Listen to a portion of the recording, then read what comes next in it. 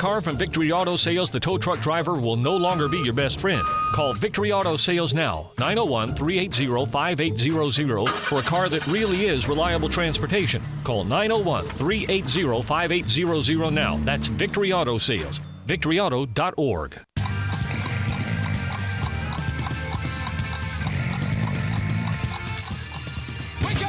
Welcome to Sports 56 Mornings with Peter Edmiston. Co-hosting Sports 56 Mornings is Anthony Sane. Here are Peter and Anthony with Sports 56 Mornings.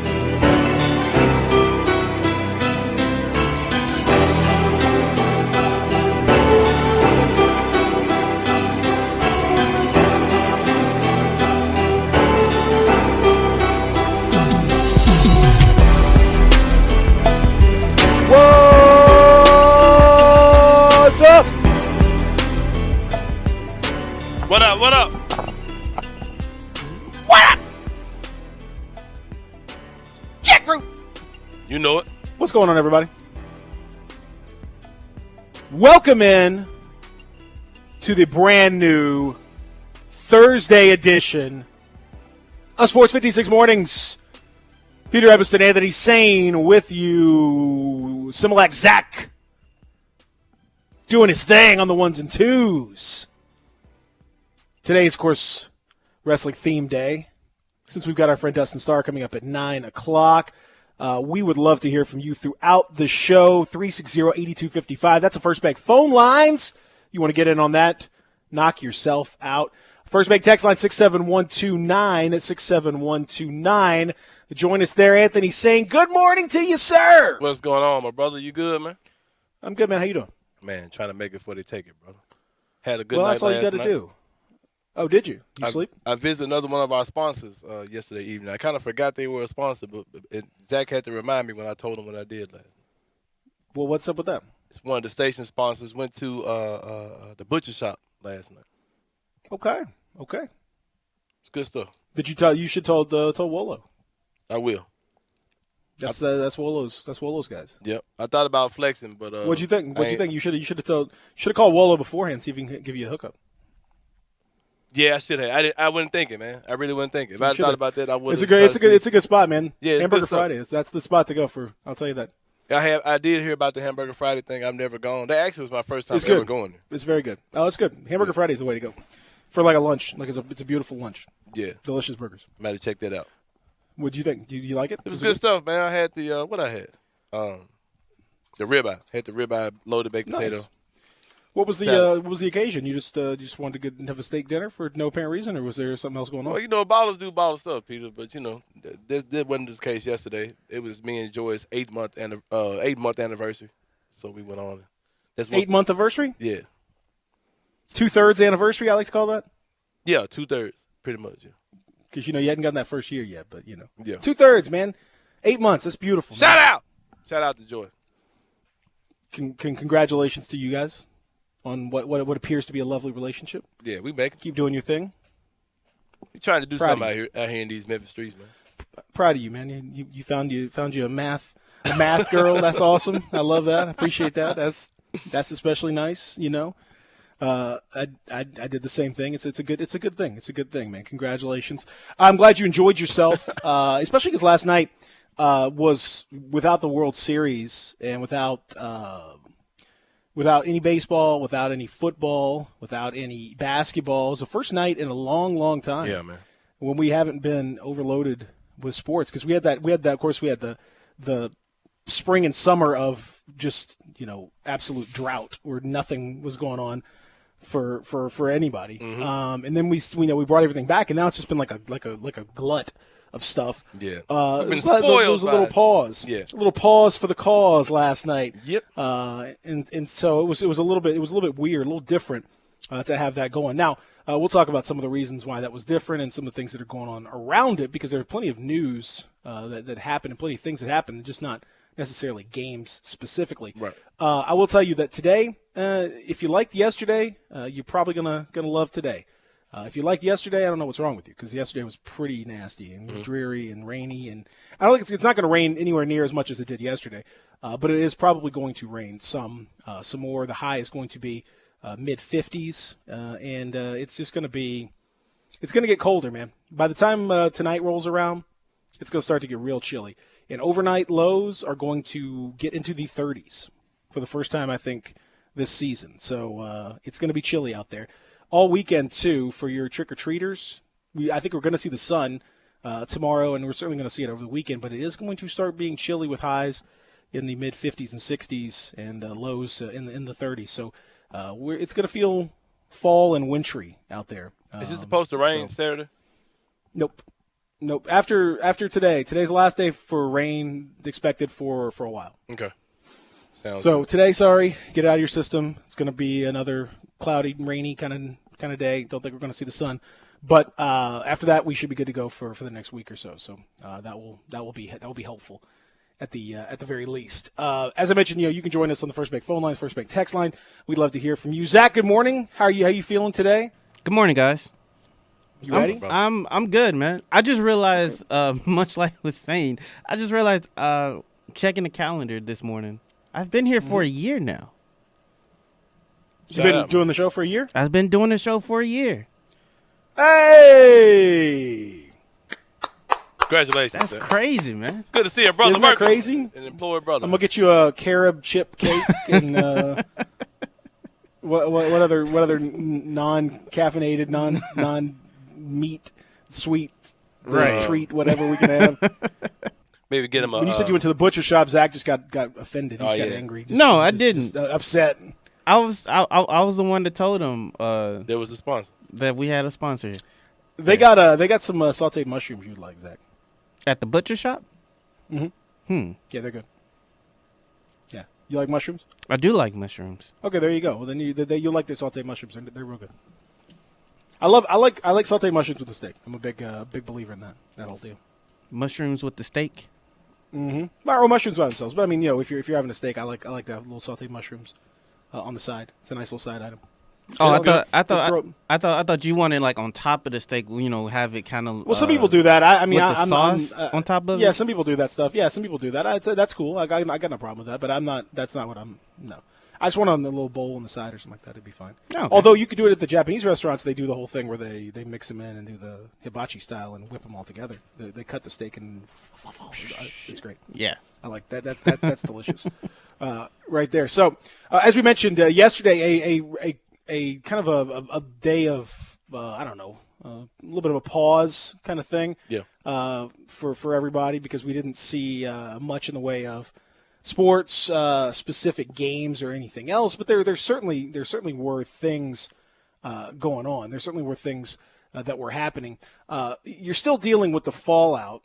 Saying from the flagrant and unbelievable COVID violations that Major League Baseball and Justin Turner dealt with. And yesterday, Justin Turner was firmly excoriated by Major League Baseball in a statement yesterday in which they said immediately upon receiving notice from the laboratory of a positive test, protocols were triggered, leading to the removal of Justin Turner from last night's game. Turner was placed into isolation for the safety of those around him. Yeah, it didn't seem very isolated to me. However, following the Dodgers' victory, it is clear that Turner chose to disregard the agreed-upon joint protocols and the instructions he was given regarding the safety and protection of others. While a desire to celebrate is understandable, Turner's decision to leave isolation and enter the field was wrong and put everyone he came into contact with at risk. When MLB security raised the matter of being on the field with Turner, he emphatically refused to comply. They are so he's subject to significant punishment under the Players Association protocols and rules and all that stuff. Mm-hmm. And so I'll say this, saying I read this statement and it immediately irritated me because Major League Baseball is once again trying to pass the buck to somebody else. Now, while I'm not going to, alleviate Justin Turner's guilt in this whole thing, he certainly deserves to be criticized and blamed for his share of it. Mm-hmm. He's definitely part of the deal. He chose ultimately. He was the one who chose to go on the field and all that. But much like my criticism of college presidents and university presidents and this whole thing when it comes to their schools. I'm going to once again say that the buck should stop with Major League Baseball itself. How are you going to sit here and say that, well, we raised the matter of being on the field with him and he refused to comply? And so what happened? Like, did anyone come out on the field to get him? Like, I mean, if like when you go to a club and the bouncer says, no, you can't go in, and you say, no, I'm actually going to go in. The bouncer's like, well, I mean, I told him he couldn't go in, but he went ahead and went in anyway. So what am I supposed to do? Like, no, they don't let you in. If security, if you're trying to get on the floor in the middle of a Grizzly game, and they say, hey, you can't go on the floor, and you say, no, I think I'm going to go on the floor. What does it just mean? Well, we raised the issue with him, and he refused to comply, so we were powerless to stop. Like, what are you? There's not you couldn't stop this man. You raised the issue with him, and he refused to comply, and that was it. Like, you have a responsibility in this matter too. If this is MLB security, if this is MLB, like if you're trying to keep people safe, you can stop him. Somebody can do something to keep him from getting on the field. Right. If it's important to you, if you really are trying to keep people safe, if you really do think it's important, then you could do. I'm so sick of this nonsense from them, man. Yeah. Just take some responsibility yourselves. You guys, the protocols clearly didn't work. They weren't anywhere close to appropriate. And then when this dude came out there, yeah, like I said, blame him too.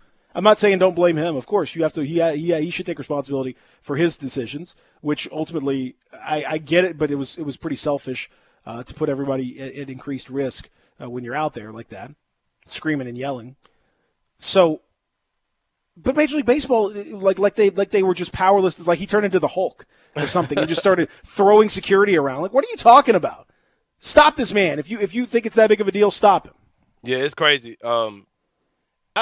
It's so, baseball is one of those sports that has all the unwritten rules and all those type of things too. And there clearly was several people who knew his situation and decided to let him do his thing, and maybe hoping it wouldn't get out.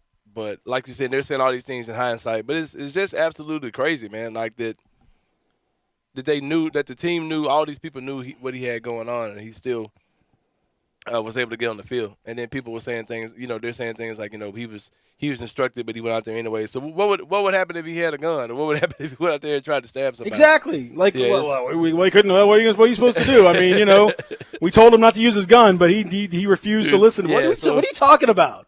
Yeah, man, That's not security. That's not how security works. You don't like sort of firmly say, hey, don't use your gun, sir. Oh, well, sorry, he used his gun. What are we going to do? Hey, don't take that knife in there. Oh, well, hey, he stabbed somebody. I mean, we told him not to. I mean, I don't know. Like, with your kid, with Gabe. Yeah. Sabrina's too old to listen to you anyway. No, yes. But Gabe still listens to you. Don't get under the sink and drink that dishwashing detergent. Well, I told him not to. He did it anyway. I mean, what are you going to do? What? Stop him. It's your job. Stop him. Right. He wandered out in the street. I mean, I said, hey, look both ways, but he didn't listen. What do you know? Like this lack of responsibility is galling. It's very galling. And I for Major League Baseball to try to act like this was some kind of rogue act is absurd, and to continue this nonsense, it's absurd on all counts. So I just it drives me nuts. Saying baseball once again has caused itself no end of trouble. Yeah. And they almost got through the season, but it seemed, based on this evidence of what we saw, it seems like they got through the season just by pure luck, right? More than anything else. Like this was not a good protocol. So they got lucky rather than were effective in terms of getting this done. Either they just totally took their guard down once they got to the World Series. Like, okay, we got through it. So and you can kind of tell. You can kind of tell when a league or a college football conference or whatever, a school or whatever, you can kind of tell when they're like wholeheartedly doing COVID-19 prevention, and when they're haphazardly doing reluctantly doing it. We don't even want to do this, period. You know what I mean? But we're doing it because we feel like we're being forced to do it. You could tell, man. But that when you see something like that go down, it makes you wonder, how how genuinely their effort was the whole time. But it's absolutely insane that they let him go on the field like that. And I think it's also several people knew he had it. You know what I mean? Yeah, that's the thing. On top of that, I saw that now that we're done with the World Series, the full ratings came out, and the ratings were down 32% from the previous low in history. Mm-hmm. So the 6 games on Fox average a 5.2 rating. The previous low was a 7.6 back in 2012 for the Giants' 4-game sweep of the Tigers. It was down 36% from last year. And all I can say is this NBA is really, like, their social justice made everyone stop watching baseball. Yeah, too, I know. I guess. That's unbelievable. Over to baseball. I mean, obviously everyone just saw the Black Lives Matter stuff on the NBA floor and just said, I'm not watching sports. Well, I'm watching, period. So I'm just done with all sports, Yeah. Because obviously that's what it was. Everybody said that the NBA ratings were down because of this. So, I mean, obviously that must have been there must have been huge social justice stuff all throughout the World Series, right? I mean, I'm sure I missed that Black Lives Matter written on the baselines and out in the outfield, and a lot of activism from all the players. I'm sure I missed that probably. Baseball is clearly the wokest of the major sports. Obviously, yeah. That's what most folks have said. Again, I want everyone who was talking about the NBA ratings to just please understand what you just heard. These are the 32% below the previous low in the history of the World Series.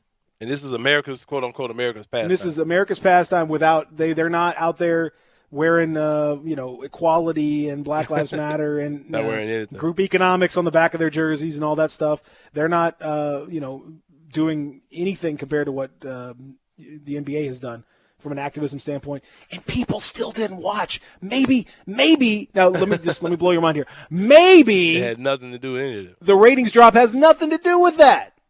Now, are there people who were offended by the NBA, what they did? Of course, that was part of the NBA's plan to ruffle feathers of people who sit back and to stick the sports crowd, or they did things to intentionally ruffle those type of feathers. But let's not act like that's.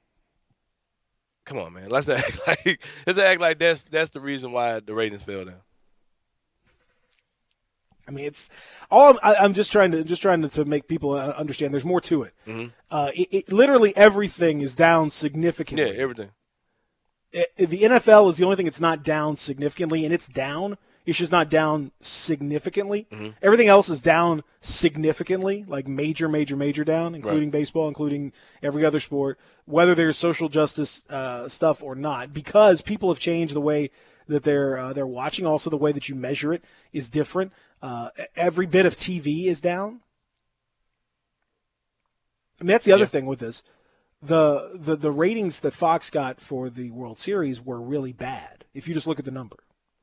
But if you compare it to the rest of what's on TV, it was up. It was 24% higher than the next highest show on primetime television in the key demographic, which is really good. Right. People aren't watching TV like they used to. They got screens, they got other devices, they're on their phone, they're on another thing, they're stuff that can't be captured, they're doing other stuff that's going on. Like, it's just the habits have changed. Right.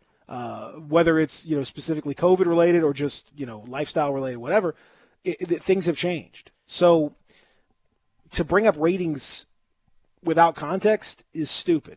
And I'm not. Right. So I didn't bring that up to say, oh, Major League Baseball, nobody cares about baseball. No, clearly people care about baseball. People care about basketball. I'm saying the ratings are not the way that you measure how people care. It's not exact science. That's not the right measurement to use at all. Pure ratings. So. But I can't wait to hear from all the folks that talked about how the NBA's the ratings are down and people don't care, and I can't wait to hear from them. I assume I'll be hearing from them soon. It's 67129 on the text line. I assume we'll be getting into that. Got a bunch of news off the field in the NBA as well. We'll get to that when we return from the Family Leisure Studios. Pete and Sam with you, Real Sports Talk Sports 5696.1 98.5. Memphis Tiger fans, catch the Blue and Gray Show with John Stacey and Drew Barrett, Sunday nights from 5 till 7, right here on Sports 56, 98.5, and 96.1. Buy your next car or truck at Streamline Auto Smart. Your next smart decision. All credit welcome. Drive off in your new low-mileage pre-owned car or truck. From low-end cars to the most luxurious sports car. Ask about the 48-hour vehicle locator. Let Streamline Auto Smart do the looking for you. Close your deal within 1 hour. No waiting. It's quick and easy at Streamline Auto Smart. Your next smart decision. 2558 Mount Moriah. Call Streamline Auto Smart 901-235-8845. Your next smart decision. Texting enrolls you into reoccurring automated text messages. Message and data rates may apply. Come on, one more rep. You got this. 10. There it is. Nice work, man. You're a beast. Thanks, man. I feel better than I have in years. And I got to tell you, taking Nugenix makes a huge difference for me. Nugenix? That's the testosterone booster with TV ads with Frank Thomas. The big hurt, right? Oh, yeah. The patented key ingredient is Testofen, which helps boost free testosterone levels and increase lean muscle mass. Well, it's clearly working for you. Hey, are they still giving out complimentary bottles for people to try it for themselves? Yeah, Nugenix is a great way to increase lean muscle and feel stronger with more energy and endurance. Man, I need to get a complimentary bottle of Nugenix. No problem. You just got to send them a text. Text KICK to 321-321 right now for your complimentary bottle of Nugenix, the #1 selling free testosterone booster at GNC. Plus, text now and we'll include a bottle of new Nugenix Thermo, our most powerful fat incinerator ever, to help get you back into shape fast, absolutely free. Text KICK to 321-321. That's KICK to 321-321. When you're watching the Tigers play or whatever team you support, you always look for the end result, the winning score. And when you're thinking of selling your home, the ultimate goal line is the closing table. This is Sheldon Rosengarten with Marks Bensdorf Realtors. Getting your home sold for what you want and when you want it makes everyone happy. You should talk to 2 to 3 real estate brokers when you're thinking of selling your home, and make sure I'm one of them, especially if you want results. Most people have heard that when you want the job done, you need to call Shell Done. Call or email me today and find out about my highly successful strategic marketing program with the Shellbucks option. You can reach me at 682-1868 or memphisrelocate.com. That's Shell Done Rosengarten. Call today at 682-1868 or memphisrelocate.com. And go Tigers!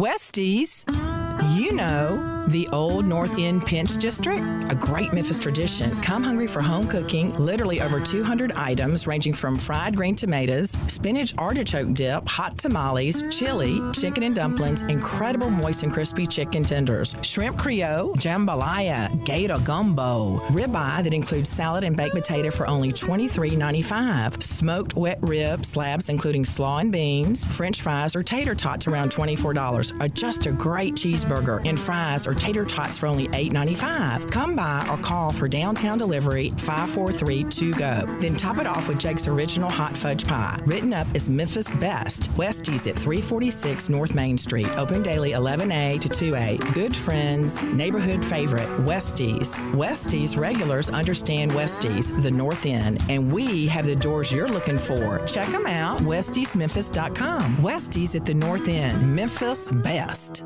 36-month leases, $31.49 due at signing, 0 security deposit, excludes ACQ fee, $10,000 per year, 20 cents excess mileage, $6.50 acquisition fee, Forte ME $275,992, MSRP $20,510, Soul L706 $3372, MSRP $21,885, K5 MG 003,199, MSRP $25,725, K900 MSRP $65,610, L60 $26,907, L60 $21,220, includes all rebates and incentives, PF $695, excludes tax final license with approved credit. See dealer for complete details. Offer valid through 11/1/2020. Dealer stock only. Warranty is a limited powertrain warranty. See Kia.com or retailer for details. Where can you find best mass market branded initial quality 5 years running for Kia with JD Powers? We Gossett and Gossett Kia on Mount Moriah. Take your pick: 2021 Kia Forte or 2020 Kia Soul. $149 a month lease, 36 months. 2021 Kia K5 beats Toyota Camry with more passenger cargo headroom and legroom volume, plus a 10-year 100,000-mile powertrain limited warranty. $189 a month lease for 36 months, all just $31.49 due at signing. Plus 2020 K900, $10,000 off MSRP. So come get happy at Gossett Kia, 2680 Mount Moriah or KiaMountMoriah.com. If you want it, we Gossett and Gossett Motor Cars.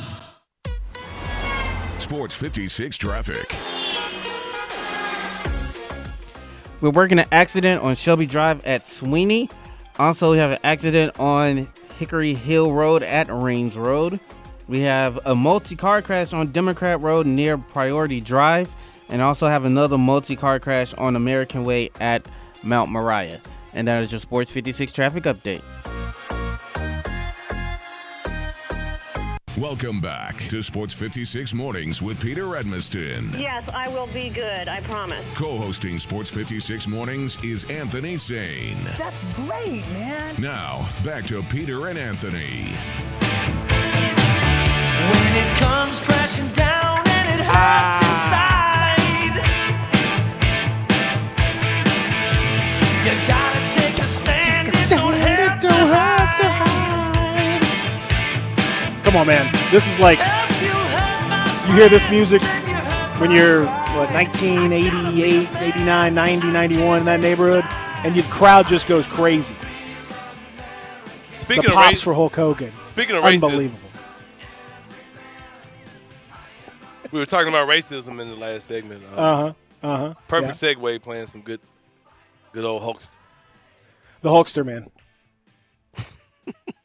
I mean, come on, come on, man. The Hulkster. Hey, what you want me to say? I mean, I'm just saying the pops, the pops, the people went crazy. It usually works that way. He's Hogan's last few years have not been so good to the Hulkster. No, haven't been his best. Not been good at all. But there you go. Now we roll on with our number one of the program. A reminder, Dustin Starr coming up. We'll talk a little wrestling with him, including some stories about a somewhat local wrestler who passed away yesterday. Tracy Smothers dying of cancer yesterday. Very sad story. Some good stories, some really funny stories from him, and as he was a really funny dude. So we're going to get to some of those later on in the program. I mentioned going into the break a lot of news from the NBA, a ton of news, in fact, from the NBA. A lot of it relevant here. We'll start with the stuff closest to home. The players are concerned, Anthony, saying about you're excited. You love the plan of starting December 22nd. The players don't love it. Maybe Michelle I was Roberts, the Players Association, said we can't. It's too fast. We can't do this. We don't want to get ourselves hurt. They want to start around MLK Day instead, and maybe start training camps around Christmas time and open the season up in early into mid-January rather than starting training camps at the beginning of December. However, the money is going to be significantly different if they do that. They're trying to squeeze in a 72-game season for next year and then kind of get it back close to the norm of a schedule and then set it up so that in 21, 22 would then be like a normal season. That would be the hope. If they can do this right. The next year would be a little bit weird, and then the one after that would be back to normal. But the players say they're worried that that's going to be too close. There's not enough time to rest. There's not enough time to prepare, and they don't like it. What do you think? I get it. I get both sides of it. I get it from the owner standpoint. I get it from the fan standpoint. I understand why players may not want to come back. I'm not wholeheartedly supportive of the narrative of the players, like they're coming back too soon, because of the way that their season actually looked. The season shut down on March the 11th, and they started back on July the 30th, if I'm not mistaken. That break is longer than an NBA offseason. The break that they had in between is longer than the NBA offseason. All right, 22 teams came back. Am I correct? Right? Yep, yeah, 22 teams came back. Mm-hmm. 6 of those teams played 8 games, and they were done. That includes the Memphis Grizzlies. Then they started a first-round playoff. After that, 8 of those teams played no more than 7 games. Some played 4, some played 5. Of those 8 of those 16 teams that were left played 7 games. So that's at max 15 games for. I'm not the best at math. For 14 of those teams. Text Joy. I got it. 14 of those teams played 15 games, right? At the max, right? Yeah. Right. And then 4 more of those teams played maybe 7 max. The most that anybody played, I think I did the math yesterday. I think it was 32 games is the most that anybody could have played possible. That's if they played all 7-game series, and that didn't happen either.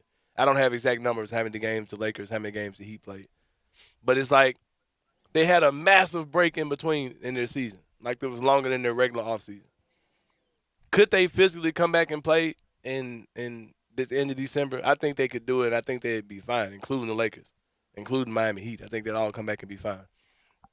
But am I mad that – do I feel a way that these guys are saying, hey, we want – after everything we've gone through, after the months that we spent in the bubble, I want to spend my Thanksgiving holiday with my family uninterrupted.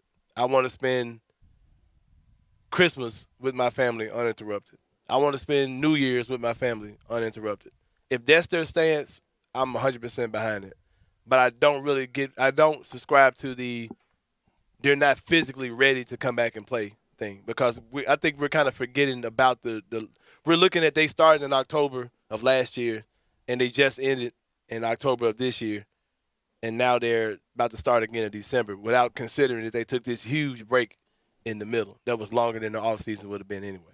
So, like, I'm not buying the fatigue factor of it, but like I said, I'm not mad at these guys who already made a sacrifice to come back and play in a bubble away from their families. I'm not mad if they want to say, okay, we want to spend this time with our people and not, getting ready to gear up and do this all over again.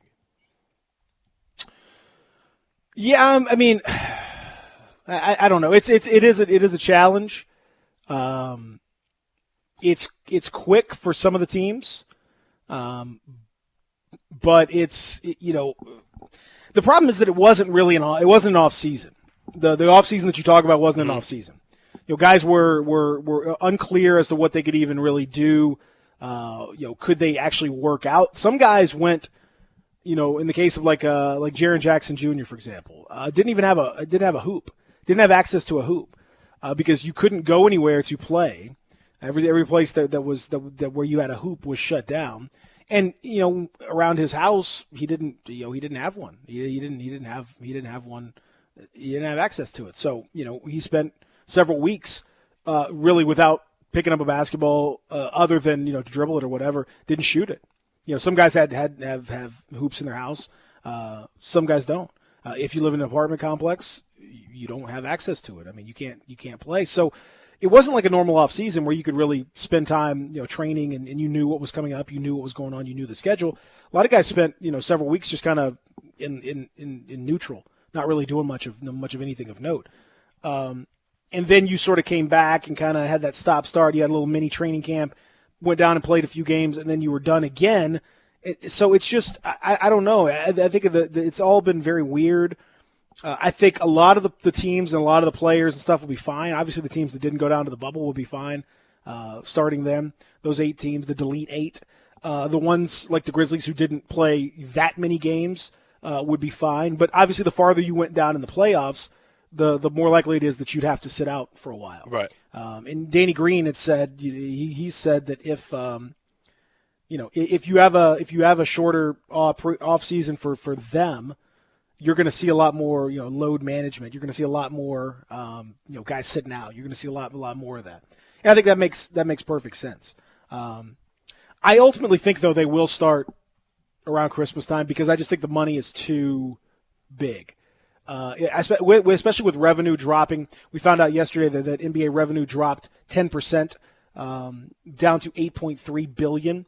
And if they can't put fans in arenas this year, it's going to drop a lot more than that next year, because they lost $800 million in gate receipts from last year, $400 million loss in sponsorships, including $200 million in what was considered net negative impact from the China situation.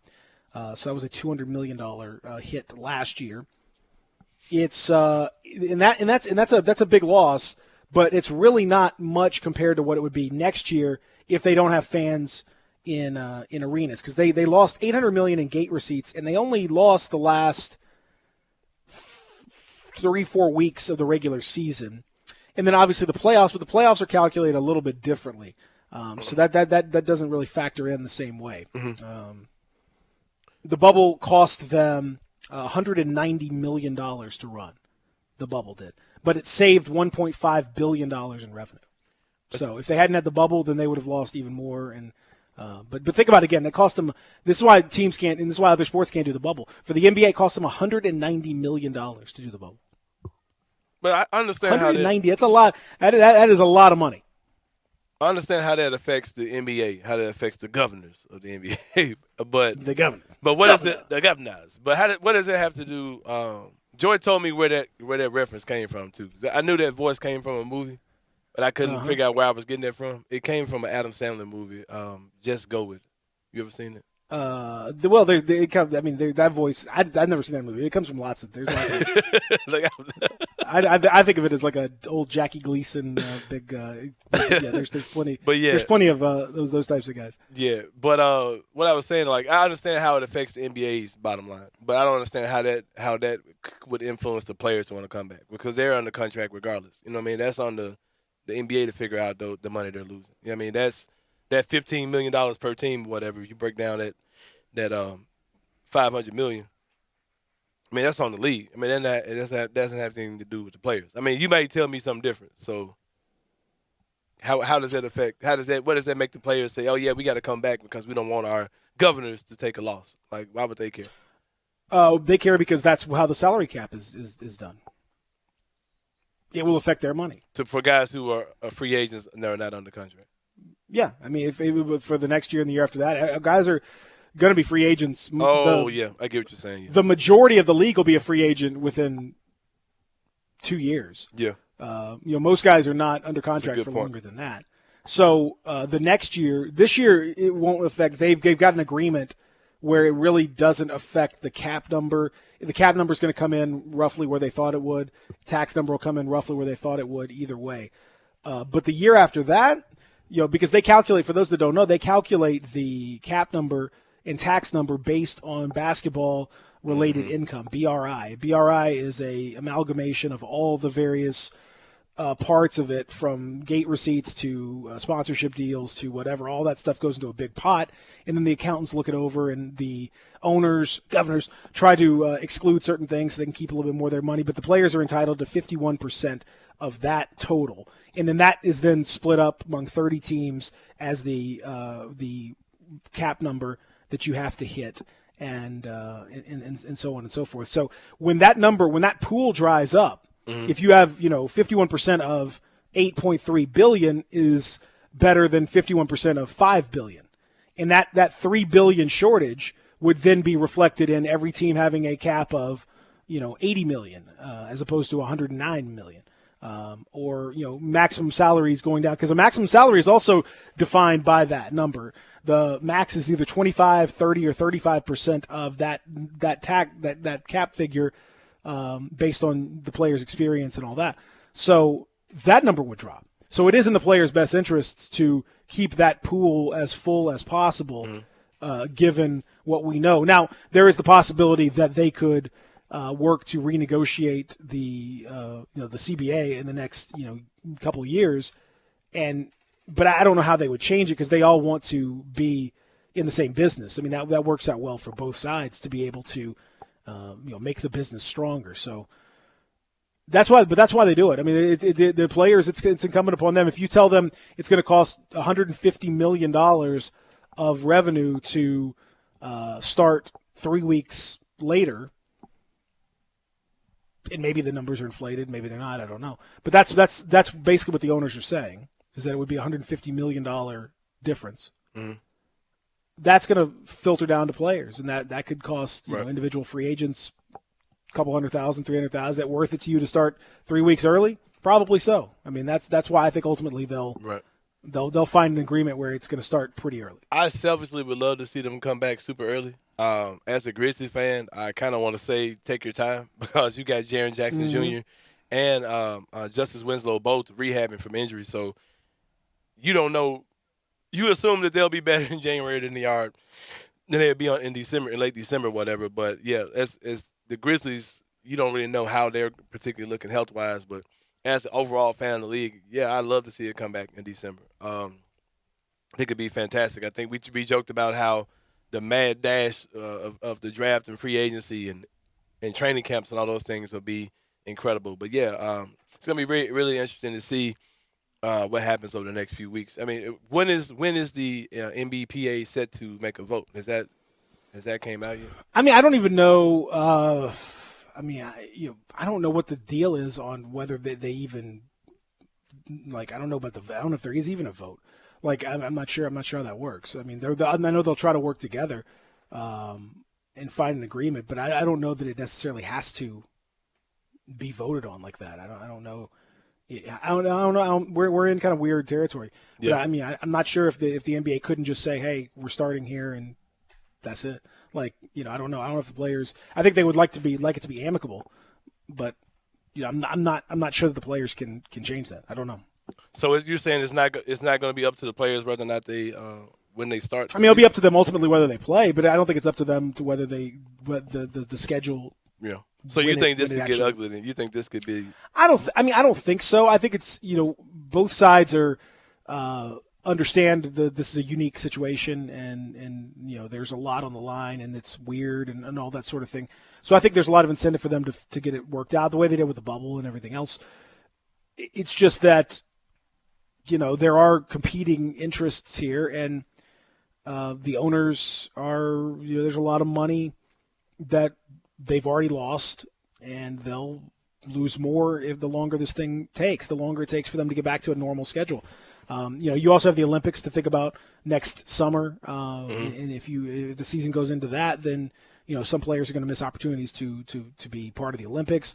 There's just all these little mitigating factors that are out there. I think they'll work it out. My point is, I just don't know that it requires a vote for the players to approve the changes. I think it's just pretty much like, this is what we're going to do, and we'd like you to be on board with it, but if not, then we're going to play these games either way. And maybe that means that some guys sit out. Maybe the Lakers, have the first month where they're just kind of hobbling along. I don't know, but it's weird times, man. It's weird. It's weird. Yeah, it's weird. It's gonna be weird for real. There's a brand new coach in Houston. There's a brand new GM in Philly. There's a lot going on off the court. We'll discuss that when we continue here from the Family Leisure Studios. Sports 56 Mornings. Pete and Sane with you. Real Sports Talk. Sports 56 96.1 98.5. We are Sports 56 WHBQ. Listen to us daily on AM 560, 98.5 FM, and 96.1 FM. Fall weather is hit, and James Davis is helping celebrate game day openers with 20% off all fall merchandise starting now until the end of October. Sports shirts, sweaters, active tops, perfect for those cool nights while we all now eat outside. All new 5-pocket brush cotton pants and tons of denim are now in stock. I now make all my clothes custom to get the right fit, and the Stant custom shirt and pant system with 3 measurements and the perfect fit within a week is a must-try because it's 20% off. It will completely change the way you feel in your clothes, and you still have to look good on Zoom calls. And the greatest deal on the planet, well, that's still the 2 Paul Battendley suits for only $7.95.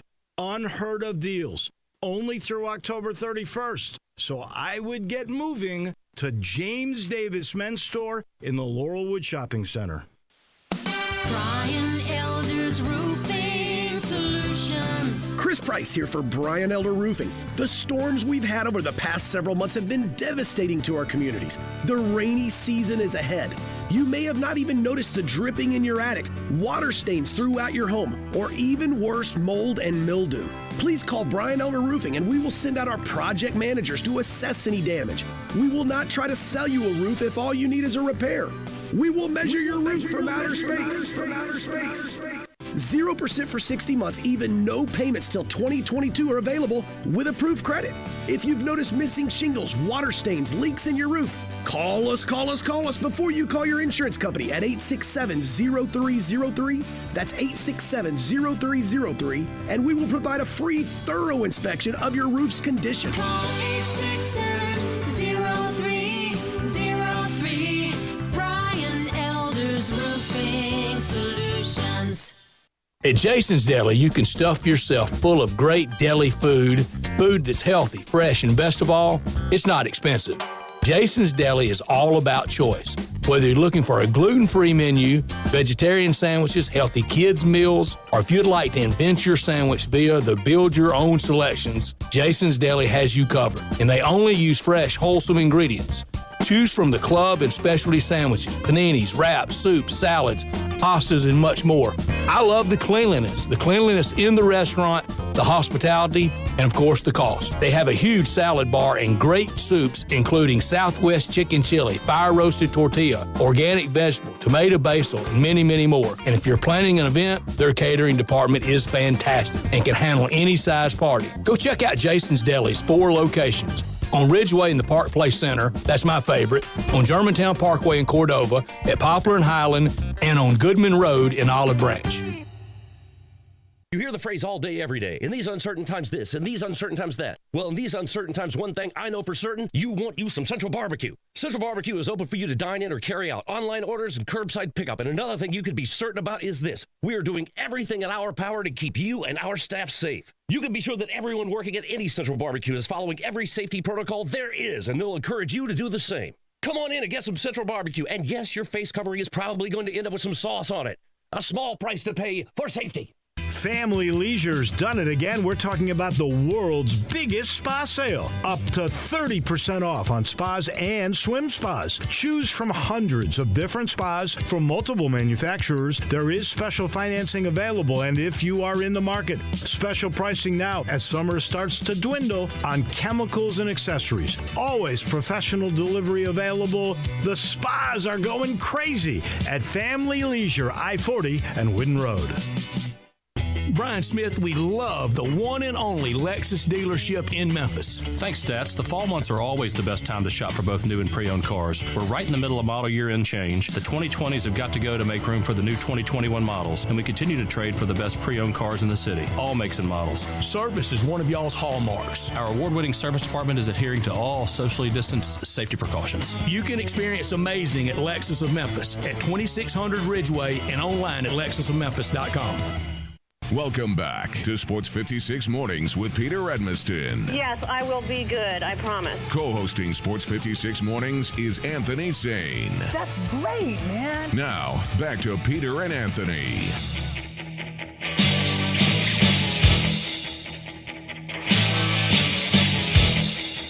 The Ultimate Warrior.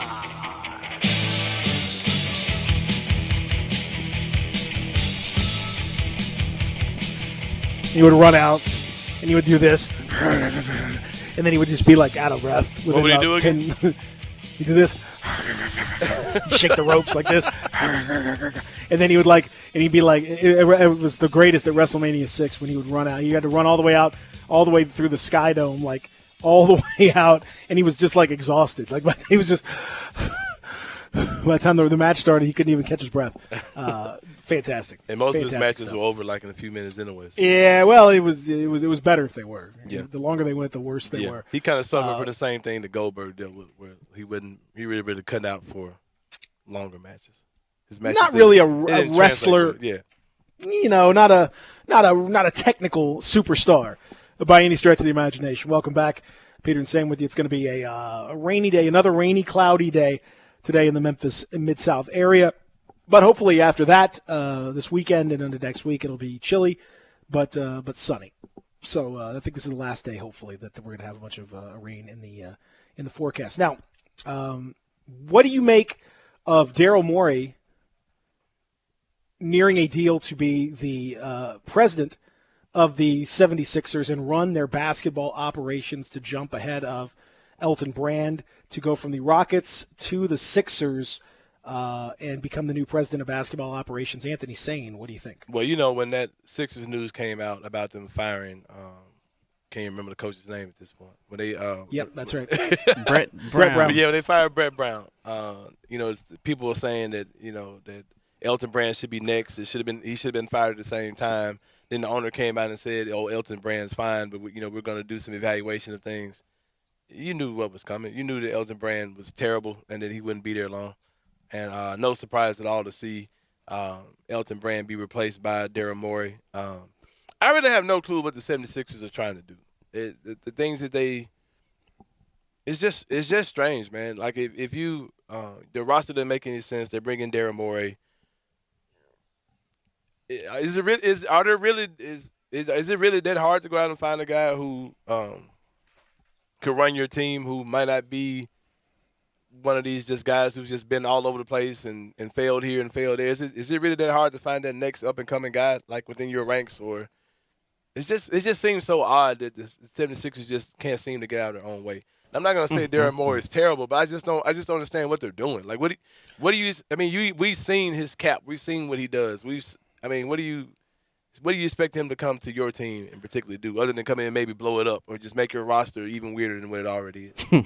I mean, what are they doing? Like, it just doesn't make any sense. I disagree. Like, I think, Moore, it makes sense. Like, what he did in Houston was really good. Like, again, except for the last 2 years, basically when Tillman Fertitta bought the team from Leslie Alexander. Yeah. They had a very fractious relationship, and Fertitta didn't want to do things certain ways and pushed for, reportedly it was him that was pushing big time to get rid of Chris Paul. And, so if that's the case, then, Morey, if you look what happened before, people forget. And as much as I'm not, necessarily a fan of the way that they played on the floor, they were ahead of the Warriors in Game 6 and Game 7 in the Western Conference Finals 3 years ago, should have won. Somehow missed 27 straight threes, something that never happens in like basketball.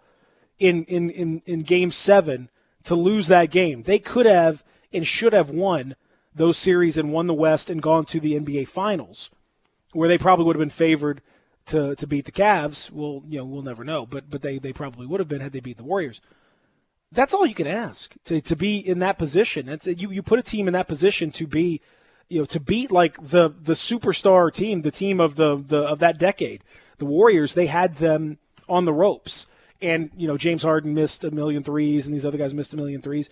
That's going to happen, but they were in position to do it. People forget that. Like, that was a good job to build that team. And I don't think Morey is specifically going to play that same exact style that they played in Houston, because they obviously don't have the personnel to do it. He's about efficiency and about finding market inefficiencies. So that doesn't necessarily mean that it's going to be the exact same formula that he did in Houston. I think things will have to change, but he's clearly shown that he's extremely bright dude and can build something that lasts a while and is significant. So I get totally why you would do it in Philly. The roster is, we talked about how jacked up it is, and he's going to have his work cut out for him to try to figure out what to do with it. But I think I don't blame him for hiring him. He's shown he's a smart dude. I think Daryl Morey, I think his time is come and go. I think that he had a buzz. He was making smart decisions, and now, and everybody says that the owner wanted Westbrook. So but he's done dumb stuff way before Russell Westbrook. Like, I don't think that Russell Westbrook was the only dumb move that he's made there. Like, Houston has constantly done all these just huge trades where they just got rid of all type of stuff and traded a lot of guys away, traded all the draft picks over the years, and they constantly end up doing the same thing. I mean, he's not terrible, but I just don't understand why Philadelphia. I mean, why? But what's the issue? They're trying to maximize their window, which is what they did. They were in position to do it. Like I said, again, I don't know, none of us know for sure. Mm-hmm. But the Westbrook trade was weird. It was not necessarily the norm for Daryl Morey. So I'm inclined to believe that Fertitta had sort of insisted that they get rid of Chris Paul's contract. Because he said it was, he's on record as saying, Fertitta's on record as saying it's the worst contract he's ever seen in business, period, ever, of any sort. So, that does tell you that he was motivated to get rid of that thing. The moves they've made on the margins have all been pretty good. Like, they've taken the PJ Tuckers of the world and made them a extremely important player. I guess what you could say that the idea that they traded Clint Capella and tried to kind of go all in on playing D'Antoni style, I could understand how that would be criticized, but I think the logic of it made sense for trying to maximize D'Antoni's last years with the team. So there you go. I guarantee you he comes there and he trades away all kind of draft picks to try to make their roster make sense. Yes. I guarantee you that's going to happen. Like, he's going to just trade away their future for dumb stuff. I guarantee you it's happening. Do it. Yeah, Do it, man. Blow that crap up. Do it. Like I'm looking at his draft history right now. I mean, man, Daryl Morey is so freaking overrated, bro. Like, he had a couple good years where he did some stuff like, oh, okay, that's smart. But everyone is doing that stuff now. Like, the small ball mentality and shooting a lot of threes and getting to the basket, those type of things, like, everybody's doing that now. Like, Daryl Morey, there's nothing, the luster and the shine on Daryl Morey left 4 or 5 years ago. He's so overhyped at this point. His last draft pick that he selected in the first round was Sam Decker. Come on, man. And that was in 2015. Ever since that year, he has traded first round picks. Like, yeah, but do it. But again, they've made the whole point. The whole point is that they're trying to maximize. They had a win now group. There wasn't any point for them to try. They knew what they were trying to do. They were trying to win at that moment. You know, what are they going to keep their first round draft pick when it's the 28th pick in the draft? They're ready to. But look how many times they traded away everything. Like, they made a big trade where they traded a first round pick for Lou Williams. Like, for what? Like, what did they get out of it? Nothing. Like, I'm not a fan of it, and I think Philadelphia is going to look even more ridiculous than they've been looking because Daryl Morey is just going to trade everything away. He's going to trade everything away to try to. He's going to trade like a first round pick with Tobias Harris to try to get off of him. You know that's happening. He's going to trade away. I hope he do it. Man, do it. And I hope the Grizzlies pounce on it, man. Hell out of Tobias Harris in one of their picks because they're going to be trash. They're going to be right back trash again. I love it. Peter, of course you like Daryl Morey. Of course you like Daryl Morey. Daryl Morey is so I'm just saying it makes sense. I'm not saying it's going to necessarily work. He's got to work cut out for it. But I get why you would do it. He's been a wildly successful executive. You know who else thinks Daryl Morey is trash? Shayna. Okay. And you wouldn't hire this dude. This dude shut down the whole NBA Chinese relations. That didn't seem to affect his ability to get hired. It's stupid. That's what I'm saying. That's my point exactly. That worked out all right. We'll come back. Our number 2 on the way. SEC news when we return. You're listening to Sports 56 Mornings for the Family Leisure Studios. Real Sports Talk, Sports 56, 96.1, 98.5.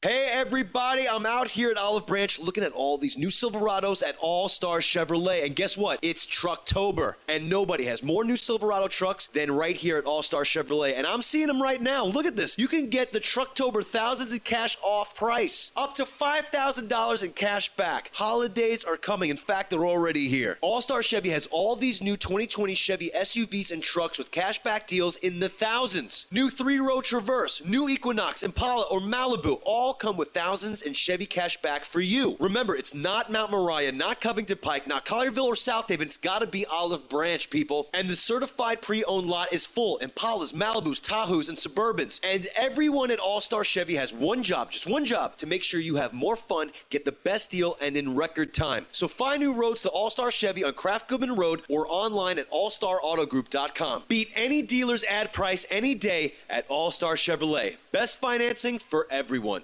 Have you thought about the holidays yet? Our friends at Window Genie not only clean windows, gutters, and concrete, they also hang holiday lights. Window Genie has a Christmas light rental program that includes custom design, installation, maintenance, takedown, and storage for your home or office. The best part, they're offering 15% off if you book by November 1st. Spend more time with friends and family this year and less time on the ladder. Call today for a free estimate, 901-424-4100. Window Genie, 901-424-4100.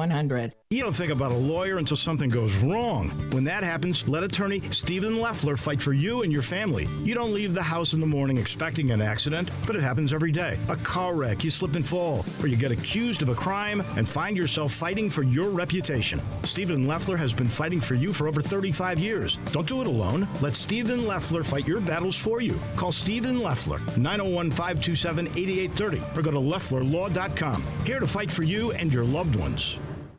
It's back, the Carhartt Crazy Sale at Frontier Western Store in Olive Branch. Visit Frontier this month for huge markdowns on clearance Carhartt items. The latest fall line just launched, and Frontier is fully stocked. We've got jeans, shirts, bib overalls, jackets, coats, gloves, belts, boots, and more. And to make room for the new items, we've discounted a number of short sleeve plaids and t-shirts. Save up to 50%. All Carhartt jeans are now $5 off. This is the last jean sale of the year, so stock up now for yourself or someone else for the upcoming holidays. Christmas will be here before you know it, so you might as well save some cash now on what you know you'll need. All this month, we are including a buy one, get one half price sale on all novelty t-shirts by Simply Southern, Girly Girl, Live Oak, and more. It's the Carhartt Crazy Sale and more. Frontier Western Store, 5880 Goodman Road in Olive Branch. On the web at frontierwesternstore.com. Family owned and operated since 1967. There's a new commissary in town in Collierville. Germantown Commissary is doubling. Yeah, they're still going to have the old Germantown Commissary by the tracks, but now there's a huge new Germantown Commissary in Collierville at Poplar and Houston Levee Road. It's huge, too. There's a drive-through. There's plenty of parking, no telephone pole to get in your way, a cool patio. It's right by the track, so the tradition continues. And this is a tradition that's been around forever. That commissary is famous for hickory-smoked, slow-cooked Memphis-style barbecue. They've got a private party room at the new one in Collierville. Self-catering still continues. Party packs for $5.95. Basically, the great ribs, the great pulled shoulder, the great deviled eggs. Everything is there in Collierville and Germantown now. So there is now a Germantown and Collierville style of barbecue. It's called Germantown Commissary. Buy your next car or truck at Streamline Auto Smart. Your next smart decision. All credit welcome. Drive off in your new low-mileage pre-owned car or truck. From low-end cars to the most luxurious sports car. Ask about the 48-hour vehicle locator. Let Streamline Auto Smart do the looking for you. Close your deal within 1 hour. No waiting. It's quick and easy at Streamline Auto Smart. Your next smart decision. 2558 Mount Moriah. Call Streamline Auto Smart 901-235-8845. Your next smart decision. We are Sports 56 WHBQ Memphis, W253DF Memphis, and WIVG Tunica Memphis. Flynn Broadcasting Stations. Sports 56 traffic. Still working an accident on Shelby Drive at Sweeney Road. Also an accident on Hickory Hill Road at Rains Road. Having a multi-car crash on Democrat Road near Priority Drive. And a multi-car crash on American Way at Mount Moriah. And also just a new accident coming through is a crash on Summer Avenue at East Parkway. And accident on Chulahoma near Rains Road. So take it easy out there on the roadways this morning. And there's your Sports 56 traffic update. Welcome back to Sports 56 Mornings with Peter Edmiston. Yes, I will be good, I promise. Co-hosting Sports 56 Mornings is Anthony Sane. That's great, man. Now, back to Peter and Anthony.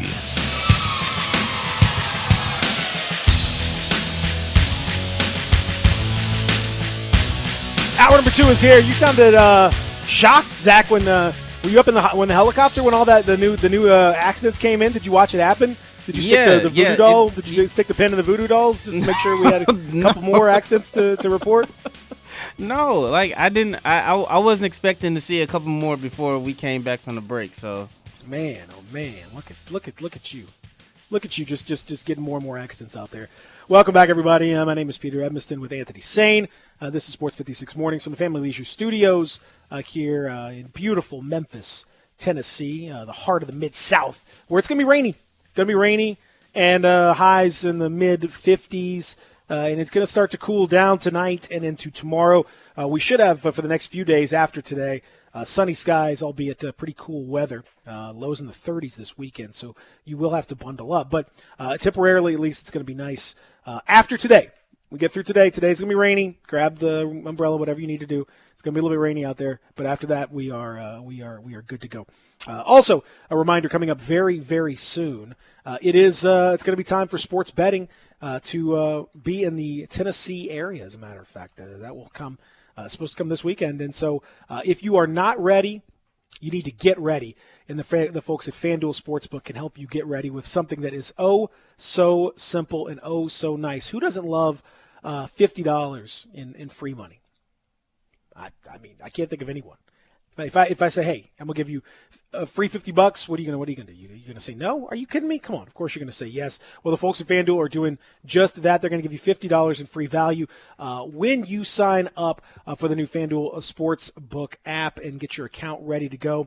It's just that simple. Download it and give it a shot. I did. It's really intuitive. It's really simple. It's really easy to use. You can scroll through and look exactly what's going on this weekend, what's going on tonight. Whether you want to do college, pro, you name it, it'll be out there for you. And you can download the FanDuel Sportsbook app and get it going. And, again, $50 in free bets just for signing up. Again, you sign up and register using promo code BIGHEAD. That's right, BIGHEAD, like me. Giant head here. BIGHEAD. Use promo code BIGHEAD. You'll get that $50 in site credit when FanDuel Sportsbook is live. It's promo code BIGHEAD to get $50 in site credit when FanDuel Sportsbook is live. Remember, FanDuel is going to get you your cash in as little as 24 hours when you win. Try that with other sportsbooks. Probably not quite so simple. It is happening, and it's happening very, very soon. Sports betting in Tennessee. Again, you must be 21 or older and present in Tennessee. Site credit is non-withdrawable and expires 7 days after receipt. Terms apply. See sportsbook.fanduel.com for details for problem gambling support. Call 1-800-889-9789. Again, promo code BIGHEAD. FanDuel Sportsbook app. Be sure to check it out today. All right, Saints. So we've talked about some of the things happening in the NBA, including Daryl Morey being hired in Philly. Steven Silas, by the way, is going to be hired in Houston to replace Mike D'Antoni. I think it's a good hire, as Steven Silas has had a really good reputation working with several organizations and done a great job with the Mavericks. You don't like it? Let me put a nickel in the meter right there. Let me go back to something you said when you were doing your ad for FanDuel. You said something about free $50. Mm-hmm. You said something about free $50. Give me 2 minutes. It's gonna make sense. Not even 2 minutes. That took me back to a memory of, like I said, me and Joy went out to eat last night, right? So she's watching nothing but horror movies the entire month of October. So she invited me to watch a movie called Would You Rather. I had never heard the movie, found out it came out in 2013. One of the most disturbing movies I've ever seen in my life, man. You ever seen it?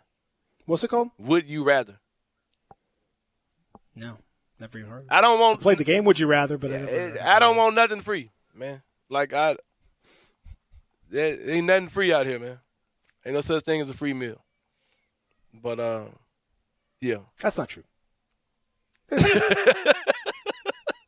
There's no strings attached. Man. Anyway, but yeah, Paul Silas. Let's talk about that. Not Paul Silas, Steven Silas. Steven Silas. I did the same thing this morning talking to Zach. I said, Paul Silas Jr.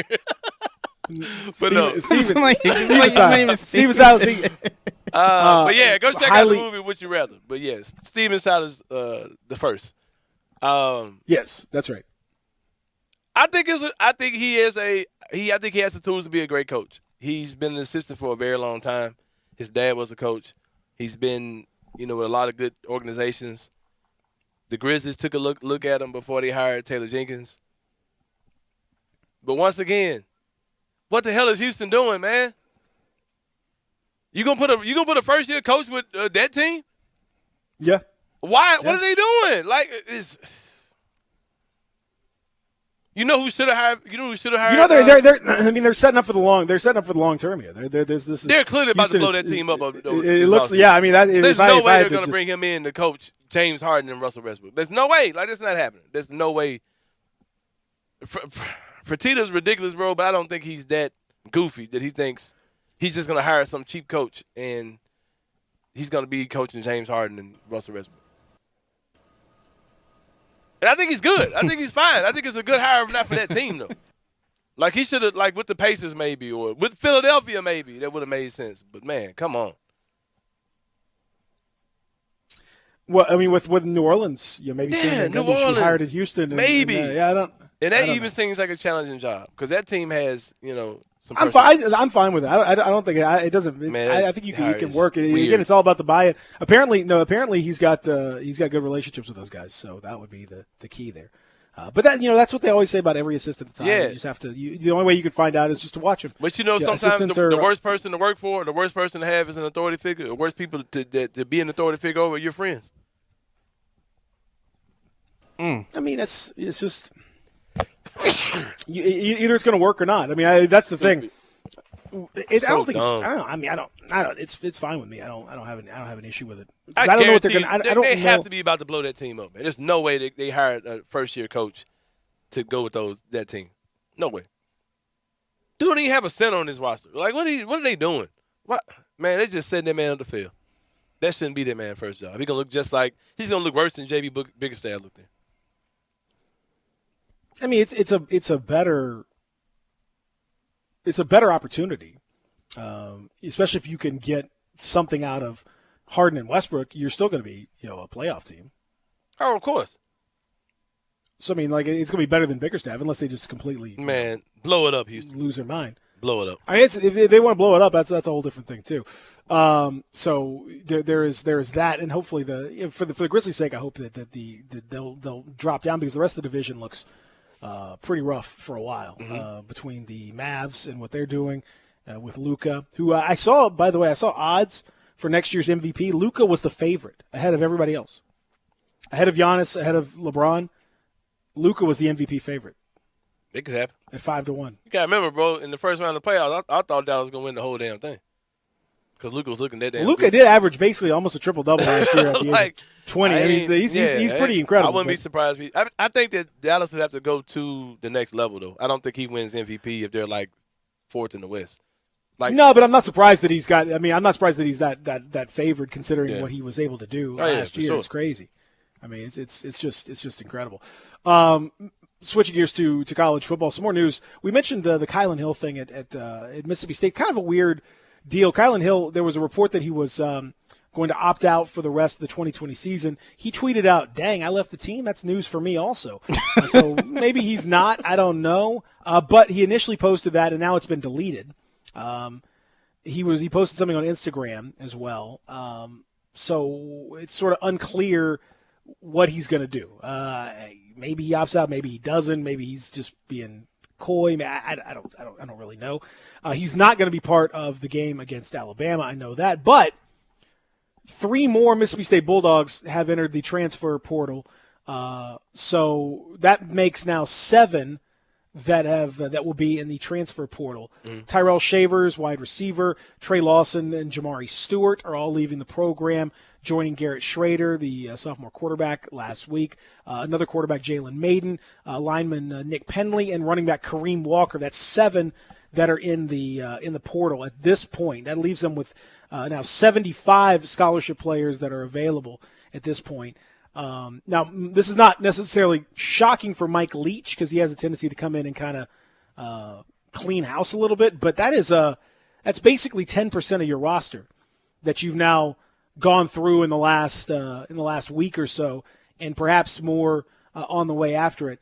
Is there a line to cross here, saying between changing the culture and just completely dropping a bomb on this thing? I know Mississippi State had some issues with Joe Moorhead, who Leach replaced, and some people thinking that he was not necessarily a disciplinarian or didn't have control of the program or something to that effect. But is this too much? I think a lot of times in college football, I think that they need to just end the whole charade of it being amateur. And I think this is another example of that, because, like, I mean, we're treating these guys like pro athletes, where a coach comes in and he's basically running guys away from the program to get the program together. But this isn't pro sports. You know what I mean? Like, these guys made a commitment to this university. This is where they're supposed to be getting an education, and they've moved there more than likely from out of town to go to this university, and they built relationships at that university. They made a 4-year commitment, scholarship-wise, to that university. And then you come in and you're basically forcing these guys to transfer. I think that's kind of crossing the line as far as the amateurism of college sports. Now, do I think that? I mean, I get it. Kids are gonna want to go to a better situation. New coach comes in, guys feel some type of way, they transfer. Cool, I understand that whole part. But when it feels like the coach is actually the one that's initiating the conflict to make kids leave, I'm not really buying that at all. I don't like that whole scenario. Well, no, I agree with that, and I think it reminds me of how silly some of this stuff is. Quite honestly, and how asinine it is to pretend like this is normal amateurism, and that this isn't a professional thing. When a coach can, and depending on who you talk to, the only two players who really voluntarily left were the quarterbacks, who knew that they weren't really part of the mix. That the other players have been pushed out, really. And the thing is, once you get that scholarship, if indeed you are if you're a student athlete in the student part and you're in good standing as a student, then that scholarship should be honored. That's right. That's just the way it works. Just like any other scholarship, like as long as you maintain the requirements of that scholarship from an academic standpoint, that scholarship should be honored. And if you offer it as an incentive to come to the school to play sports or whatever, well, you know what? Sports are not necessarily the business of the school. I realize that's what makes them money, but it's not really what it's supposed to be all about. If you're gonna offer them a contract, this is why people who bristle at the idea of paying players, I think they don't think it through fully, because this would actually help in these kinds of situations. Yeah. If you had a contract, then you could just terminate the contract and just be done with it, or you could find it would be a 1-year deal, and you would just we'll go ahead and pay you for the rest of the year, and then you're out. I mean, it would make this stuff much more obviously transactional, which is what it is. But to keep this whole charade of amateurism up, student athletes. I mean, this kind of stuff is what takes a peek behind the curtain and lets you know what's going on. And then you talk about kids signing letters of intent. Like, man, I wouldn't have any loyalty to these schools, man. Like, I don't think I would. Like, it's so many. You see so many cases like this. Like, you'll see, like, I remember back in Memphis, there was a kid. He was friends with somebody, and he came as a package deal with. I want to say it might have been Kendrick Perkins. She's like, it was Kendrick Perkins and some kid that was Kendrick Perkins' guy, and he came with Kendrick Perkins, but Kendrick Perkins, of course, never came to University of Memphis, and his friend who was coming here had already moved down. You know what I mean? He was like his life dream. He was gonna be playing for Memphis, playing D1 college basketball, and like Cal pulled the trigger on him. He pulled the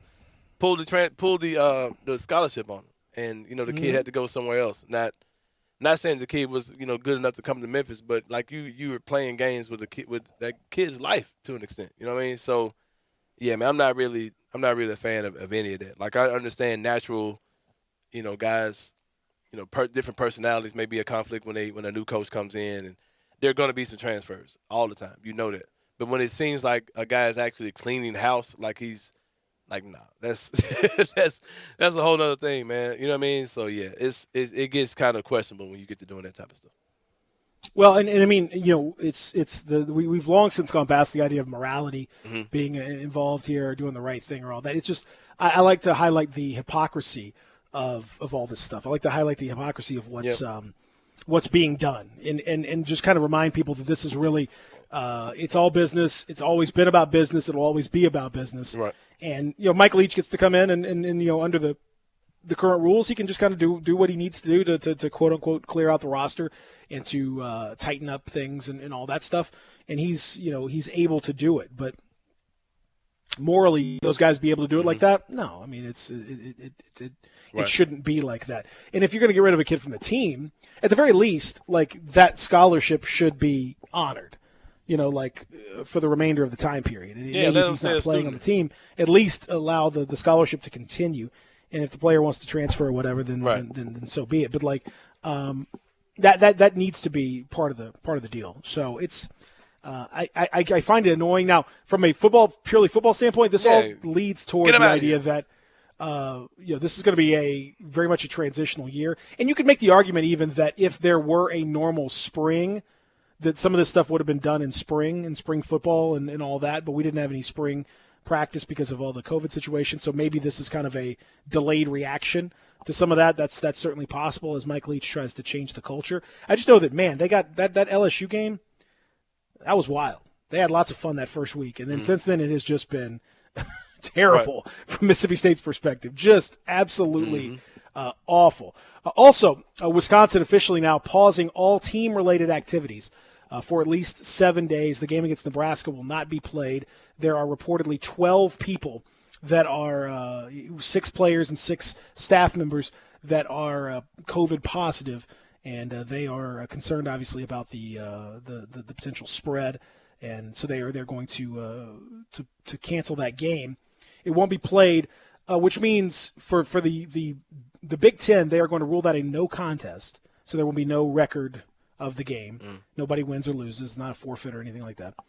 But in order to be eligible for the Big Ten championship game, you have to have played at least 6 games, and they were going to play 8. So that means now that Wisconsin has no margin for error. Yeah. The next game that they miss, they will be in trouble. So they've taken their mulligan, so to speak, and then now from here on out, they gotta go ahead and finish everything out. Like we said, man. Like it has to be. COVID-19 prevention has to be a part of your weekly game plan. If not, you're messing around with your season. Like it can, a championship level season can be gone in the blink of an eye, because of COVID-19. But that's what they signed up for. They were insistent on playing. The Big Ten didn't want to play at first, and then they changed their mind. So this is what that looks like. This is what they're going to have to deal with based on those decisions. And going back to what you were saying about kids, the transfers.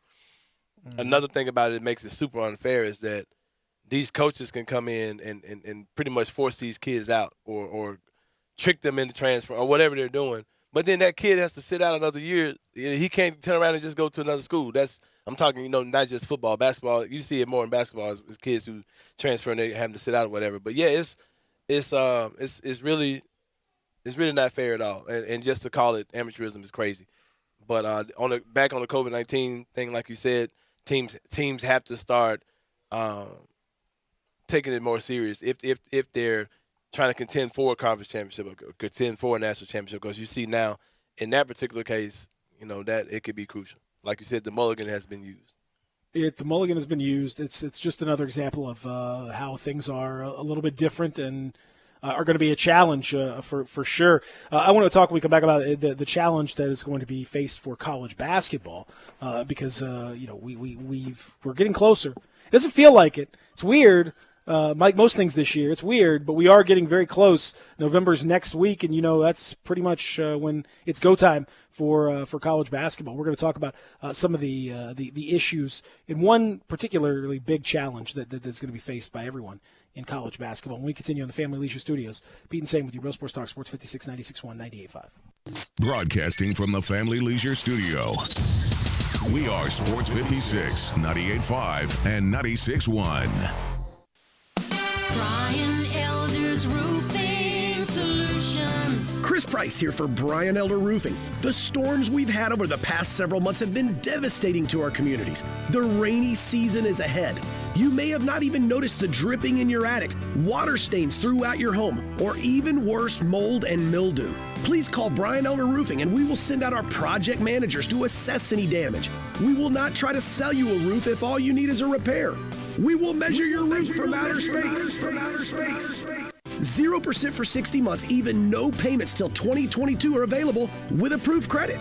If you've noticed missing shingles, water stains, leaks in your roof, call us before you call your insurance company at 867-0303. That's 867-0303, and we will provide a free, thorough inspection of your roof's condition. Call 867-0303. Brian Elder's Roofing Solutions. The folks at Homer Skelton Hyundai want to say thank you. Thank you, Memphis, for another spectacular year. They set records, but I can understand why. You think about the product. Where else do you get a 10-year, 100,000-mile limited powertrain warranty? That's what you get on every new car at Homer Skelton Hyundai. Oh, and thank you again for the 11th straight year, the #1 certified pre-owned car dealership in all of Memphis. It starts with that product, but then it goes to the shopper assurance. Where else do you go where you get transparent pricing, flexible test drive, take the car for a couple of days if you want, streamlined buying process? You're not going to be there all day, in and out. And then, and I have not seen this anywhere else, the 3-day worry-free exchange. You buy a new car, if you've got any buyer's remorse, you've got 3 days to change your mind. Just get on Lamar, take it into Mississippi, the first exit's Craft Road, turn left, and go see Chris True and all the gang at Homer Skelton Hyundai.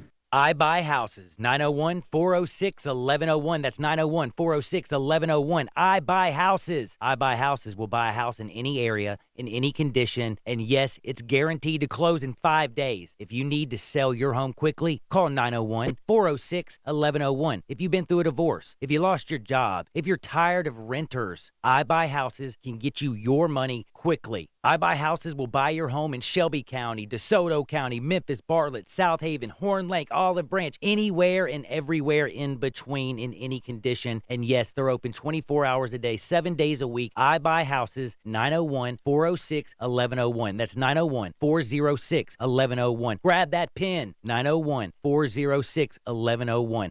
I Buy Houses.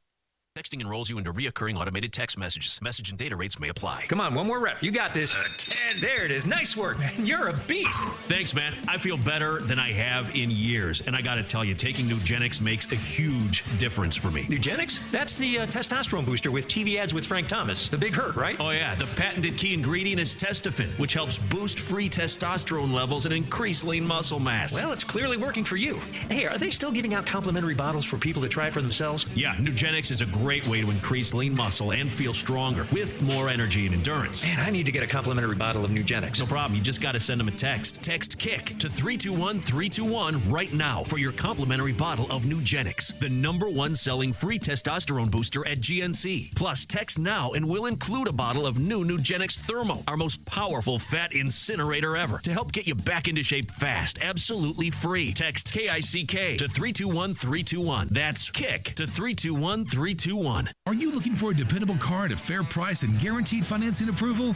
Then you need to make your way to Collierville Auto Center, where one price shopping is the name of the game. Family owned and operated, Collierville Auto Center has been in the business for over 20 years and is proud to serve the people of this area. Collierville Auto Center is stocked with over 50 units, including cars, trucks, SUVs, and Highlines. Looking for a particular type of vehicle? Collierville Auto Center offers a locator service with 72-hour turnaround service. With over 30 years in the automotive industry, Scott Martin would be happy to show you how their affordable pricing and guaranteed financing can work for you. Come see Scott and his professional staff of Terry, Branson, Q for your car needs. Conveniently located at 651 West Poplar Avenue, Collierville Auto Center is situated where Highway 72 meets Poplar and Collierville. Please look them up on the web at ColliervilleAutoCenter.com. Call at 901-853-0240 or simply come and see them for an outstanding car buying experience. At Collierville Auto Center, they're here for you. Listen Sundays at 11 a.m. to join Idlewild Presbyterian Church for worship. Idlewild is a PCUSA church located in Midtown Memphis. Sports 56 traffic. All right, y'all. So we got a lot of accidents on the roadways this morning. Have an accident on Chulahoma Road near Rains Road. Accident on Summer Avenue at East Parkway. Accident on Kirby Witten Road at Reese Road. Accident on I-240 westbound before Poplar Avenue. We also have accidents on Highwood Street at I-55 Service Road. And then an accident on Winchester Road at Mill Branch Road. Yeah, that's the accidents this morning, y'all. Keep it right here. This is your Sports 56 traffic update. Welcome back to Sports 56 Mornings with Peter Edmiston. Yes, I will be good, I promise. Co-hosting Sports 56 Mornings is Anthony Sane. That's great, man. Now, back to Peter and Anthony.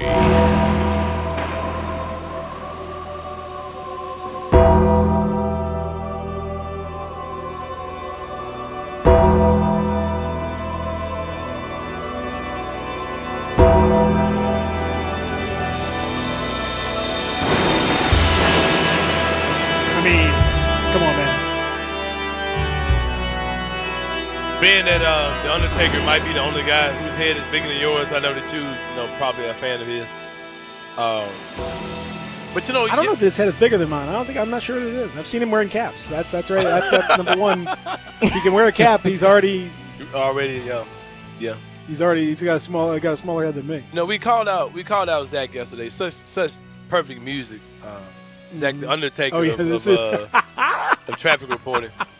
You know, we called him out yesterday, and Zach was like, "Nah, man, I don't know." But this man was overcome with laughter while giving the traffic report. The numerous accidents. If you can see how long this the traffic reports are that I have to write down. But Zach, why does that bring you joy though? It's not bringing me joy. I'm laughing at a like this can't be serious this morning. Like we like Zach, we can't be. Zach, I'm a little concerned, man. There's no way we having 50 accidents this morning. Then he's like, there's no way. On Kirby Whitten, what should I call it? Destruction Derby Whitten. Zach, what's going on, man? Zach, I'm not laughing at the accidents. I'm laughing at the fact that you're laughing at the people who are having the accidents. No, I'm laughing at the fact that we have already so many accidents this morning, and it's not even 9 o'clock yet. Zach, man, you're just an animal, dude. It's crazy. Just come on. Come on, man. Take it easy out there, y'all. Zach, stop causing accidents. There's whatever voodoo that you're putting out there. Stop it. There's no way I could cause this. It's raining in Memphis. It's raining in Memphis. That is true. People lose their minds. Yeah, they lose their mind when it's rain. It's almost like they take joy in going out and hydroplaning. Like, I don't get it. Just take it easy out there, y'all. No comment. Look, I'm a little concerned, Zach. It's weird, man. Like it's very suspicious, Zach. I'll put it that way. So college basketball, we're starting to see practices around the country as the sport is getting back into the mix. And I wanted to highlight one of the issues that we've discussed about having fans in the arenas. I know that Memphis' plan, like Louisville's plan, is to have about 3,000, 3,500 people that are going to be in the stadium. I don't know if you saw. I put a link out there this morning about from a Spanish newspaper called El País, but it's in English. But they had a researcher that put forth. It's amazing. It's so good, and it's such a good explainer for COVID and for how people get sick, what happens in different rooms and different scenarios. It's definitely worth checking out if you haven't seen the link. It's up on my Twitter. It's really good. Like so you'll see like it shows you graphically like what happens if people are wearing masks, what happens if they're not, what happens if the room is ventilated, what happens with the small room. You know, there's all different scenarios that come into play. But one of the scenarios that comes into play, saying, is that the difference in doing this when you have people wearing masks when they're not is a big, obviously. Mm-hmm. But even bigger than that is the idea of aerosols in the air. So aerosols are the little tiny minute droplets, not droplets like when you the stuff that spews out of your mouth, like the little spittle and all that. Right. That's the droplets, but much smaller than that. Those droplets contain bunches of aerosols. The droplets fall to the ground. That's where the 6 feet comes in. They typically fall to the ground before the 6 feet mark. But the aerosols stay in the air. And the aerosols are just floating around. So you get enough of those aerosols that don't move. This is why ventilation is important. You get enough of those aerosols that just don't move. If somebody keeps talking in the same room without moving around, without opening windows and stuff, getting fresh air in, the aerosols just continue to stack up and stack up and stack up. And if you stay in the same place long enough, in the same room, same area, with enough people talking and yelling and screaming and singing makes even more of these things come out, then that increases the risk dramatically. Even if you're wearing masks, by the way. If you stay in the same room, they highlight an example of 6 people in a room. One of them is sick, or one of them is infectious. The other 5 are not. If those people go into a room at 2:00 p.m. and are just talking, different, doesn't have to be near somebody or not. If they go into a room and just start talking, 4 hours later, the other 5 will be infected. If they just talk and they don't wear masks and they don't get out, they will be infected. If they wear masks, then one of them will be infected, in statistically speaking. Or actually, no, if they just wear masks, 4 people will get infected as opposed to 6.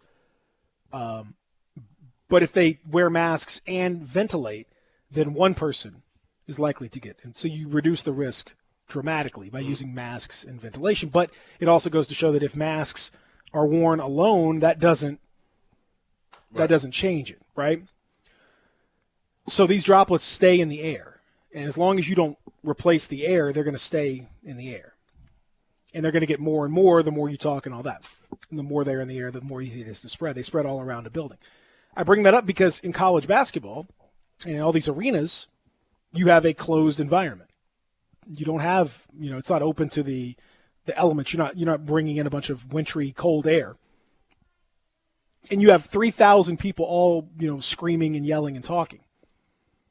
This is not a good formula based on what we know, based on what we've learned about this. Even if you're wearing masks, it's not a good formula because you're going to be in there for 3 hours, probably, maybe more, all around this whole situation. So I bring this up because this is a great visual to explain how the whole thing works. And I've never seen it put out there like this, so you can really just, it really like seals it in your brain like, okay, this is how it works. And I think saying this is going to be hard to keep. And FedEx Forum is a big place.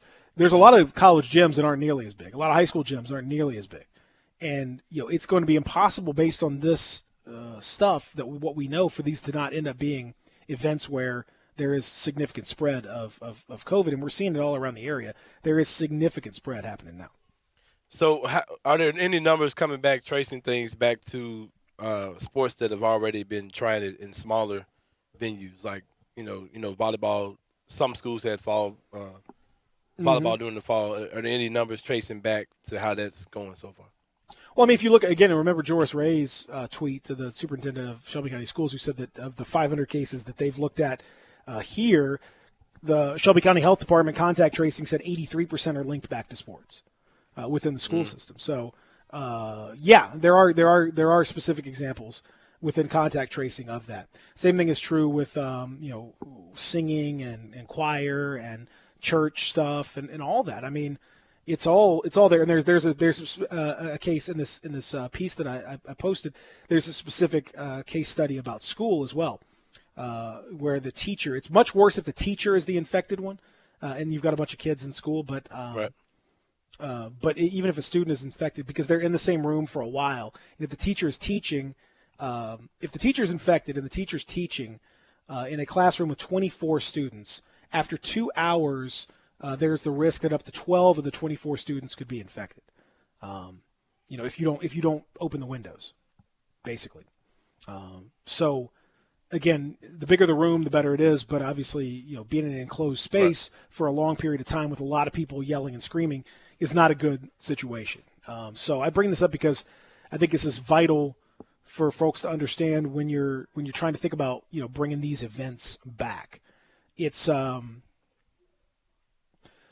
just not as simple as just, we're going to wear a mask and we're going to be 6 feet apart, because aerosols they disperse randomly in the room. They don't stay here. They go all over. So the 6 feet applies to the droplets, the bigger things that are actually the water that comes through and drops down, But the aerosols are tiny, and they don't drop the same way. They just kind of hover and float and disperse within the space that you're given. So I hear you, and I'm with you. I just can't really give it what you're saying. It's just not a process. Because I think if it was that crucial, bro, the whole damn world had COVID-19. I mean, I get it, but it's like we sit in restaurants and are there numbers saying that people sitting in restaurants are getting it or what? Yes. Where are these numbers at? I mean, there's plenty of. Because I think if that was the case, they would be shutting down restaurants. If they would make it like, no, you can't do that. There's all kinds of. I mean, you have to take all kinds of factors. There's I'm going to take There's plenty of contact tracing cases where somebody in a restaurant has sat there and has infected. Yeah, several other I people know it within the happens, restaurant. but I don't. It can't because you're saying like if it's 5 people in the room, 4 of them are going to get it, and I'm like, I can't. I'm not. It just doesn't add up, Peter. Like it. I understand what you're saying, and I just choose to be more optimistic about it than what you're saying. But I'm saying this is what it is. Like this isn't like I choose to be optimistic. Like this is science. This is science. Like it's going to be. So you're saying that it's going to be this way. If there's, I'm saying if you don't take mitigating factors. The point is, if you're in a small room and there's 6 people in the room and one person the is FedEx infected, Forum in a small room though, Peter. What are you talking? But about? I'm saying there's 3,000 people in that room. Right. Not 6. If there's 6 people in FedEx Forum, that's fine. Peter, so based on what you're saying, in the old, let's take it back to the old world. Now, this is such a weird conversation. Let's take it back to the old world, like before COVID-19. That's like saying if one person comes in with the flu, that in essence he could infect the whole FedEx Forum by just sitting there. The flu is not as infectious as this. I'm not saying it is, Peter, but that doesn't make any sense. But that's part of it too. The rate of infection matters. Like the amount the infectiousness of the disease is a factor. You know, you can't just you can't make a direct comparison because the flu is not as infectious as this. It's not as contagious. Do I think there will be cases from people going to live sport games indoors? Yes, I think it will be an increase from going outside, but I don't think it's going to be just this insane number of cases that are coming from like going to 10 live sports. I just don't see it, Peter. I don't see how. I don't think COVID moves the way that a lot of experts saying it's moving. Because I think if it did, man, why don't you think that? Because Peter, but these are the experts. Why you're just thinking like you just say like you just don't? I just don't. These people have been studying this for months. Like, do you think they're just like messing around? That's not what I'm saying at all, Peter. You don't think they know what they're talking about? I'm like out, it doesn't. Man. I'm out. You can talk about it all you want. I'm out on it. Like it doesn't make any sense to me. Like that, I just don't agree with it. Because me personally, like I said, I'm not going to use myself as a case study to explain COVID-19, but I've been in situations that have been. I'm out, man. Like I just don't agree with it. I'm sorry. I'm out. I just don't agree with it. Like I think it's going to be some issues. I think it's going to be like this insane if there's 5,000 people. Because based on what you're saying, if there's 5,000 people at a game, like roughly 4,000 people can be infected if somebody's got it. I'm not saying. No, I'm not saying. That's not what I'm saying. So what are you that's saying? That isn't what I'm saying at all. What are you saying then? What I'm saying is that that is a much riskier proposition than people realize. I understand it. That's what the scenario that I talked about. You have to again. I would encourage you to read this thing and look at the visuals, and it'll help you explain it. People, when I talk about social gathering in a small room, like in a living room, somebody's house, like for Thanksgiving or whatever. If you got 6 people in there, then you got one person who's infected, and you got 6 people that are in a room. Mm-hmm. And if they're sitting there talking for 4 hours and nobody is opening windows or opening doors or moving around, I mean, as long as if it's the same air that's in that room, 5 people are going to get sick in all likelihood. Well, I think that's pretty dumb anyway. That's like if we all piled up in the studio this accident and sat there for 4 hours. It would be the dumbest thing. But I'm saying, but people do that at Thanksgiving. The families do that all the time. They sit in the room and everyone's just sitting there. Some people's, you got grandpa sleeping in the corner. You got a bunch of people on the couch watching the all you got to do is watch one football game and you're sitting in a room for 3 hours. That's the same thing. That creates a very contagious scenario. Now, if the room is bigger, obviously that changes things a little bit. If the window's open, that changes things a little bit. If you wear face masks, that changes things a little bit. Right, Peter. But the point I'm trying to make is for that, you're talking about a situation. You're trying to apply if it's 1 to 5. That if you change the variables, that it's still 1 to 5. That's not true, Peter. No, you're not getting what I'm saying. I'm saying the idea of that people aren't taking into account the fact that all of these little aerosols are in the air. Right. That's one of the ways that this spreads. If you have a room full of 3,000 people that are screaming, that's a lot of aerosols that are going to be in there. Okay. So you have to deal with that in some way. That's going to cause a bigger spread than people realize. And this is why I'm saying not exactly, Peter. It ultimately also depends on how many people actually have COVID-19 at the arena. Because if I'm nowhere near you, there's no way that what you have going on is going to affect me. Like, that's just not true, Peter. That's first of all, that's not what the study says. Second of all, I'm just saying. If you live in no, but I'm saying there's ways to measure this. This is you could talk to Joy about this. If the infection I gotta talk rate, to Joy about it, man. Because this is math. You need to. This is math. No, You need to talk to her about it. everything is that math. Some stuff just make common sense, bro. Like, what are you? No, this is math. Peter? But this is one that's math. If you have an infection rate in the area that's higher than it was, you can estimate pretty easily. If you're at a grouping of 3,000 people, there will be X number of people that have it. Right, like that's exactly. just a guarantee. Exactly. Okay, so as that X number gets higher, because the infection rate in an area is higher, then more people are going to be in that 3,000, and all it takes is a handful. One person in a choir infected 300. They have a Peter, contact all right, tracing of let me that. ask you this. If one person is at the Tiger game, can he get the whole? How many people can he get sick? If he's sitting in his seat, how many people? The people are. I would certainly the people that are closer to him would be in more jeopardy. But the aerosols spread all around, so who knows? Point being, it's just Peter. If you got to be aware of this stuff. If one dude at FedEx Forum is in section 101 and I'm in section 150 and he coughs and it get me sick, the world it's not might about as well, cough. We might as well just go on. The It's world not. is done. It's not about. The That's world what is I'm saying. It's done, not Peter. about coughing. It's not about coughing. It's about talking. It's about just being normal. Peter, that sounds like as nonsense. you talk right now, you're sending that stuff in the air. Peter, It has nothing to do with coughing. Sounds like nonsense.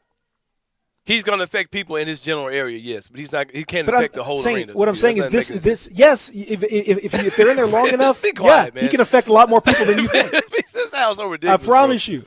He can affect people. Have in you his read? general Have you read area. any of the stuff? Have you read any of the stuff? No, because I don't want to. Okay. I'll never start looking. Exactly. Okay. You why don't you read I'll it? never. And then we can I'll talk never about it. live my life like in prison to COVID-19. I'm still gonna live my life as safe as humanly possible. No one's. And- This is not. Peter, this doesn't you're tell you saying to be in that. But prison. Peter, this is not a knock to you, but you're doing the show from your house. You never leave your house. Like I'm not gonna be that guy. What you're saying sounds ridiculous, Peter. Like you're saying that if people, I understand that it travels, it moves across it can move outside of your 6 foot area. It gets in the air. I understand it, but that doesn't mean that this horde of people that are FedEx Forum, because if there's 10, 20, 30, it doesn't mean that it's going to pass to all the people in the arena. Peter, it just doesn't move. Do you know people who've gotten sick? Do I know people got sick? Yes. I know people have died from it. Have you know people who died? Yeah, I know. Yeah. Do we want to limit the spread?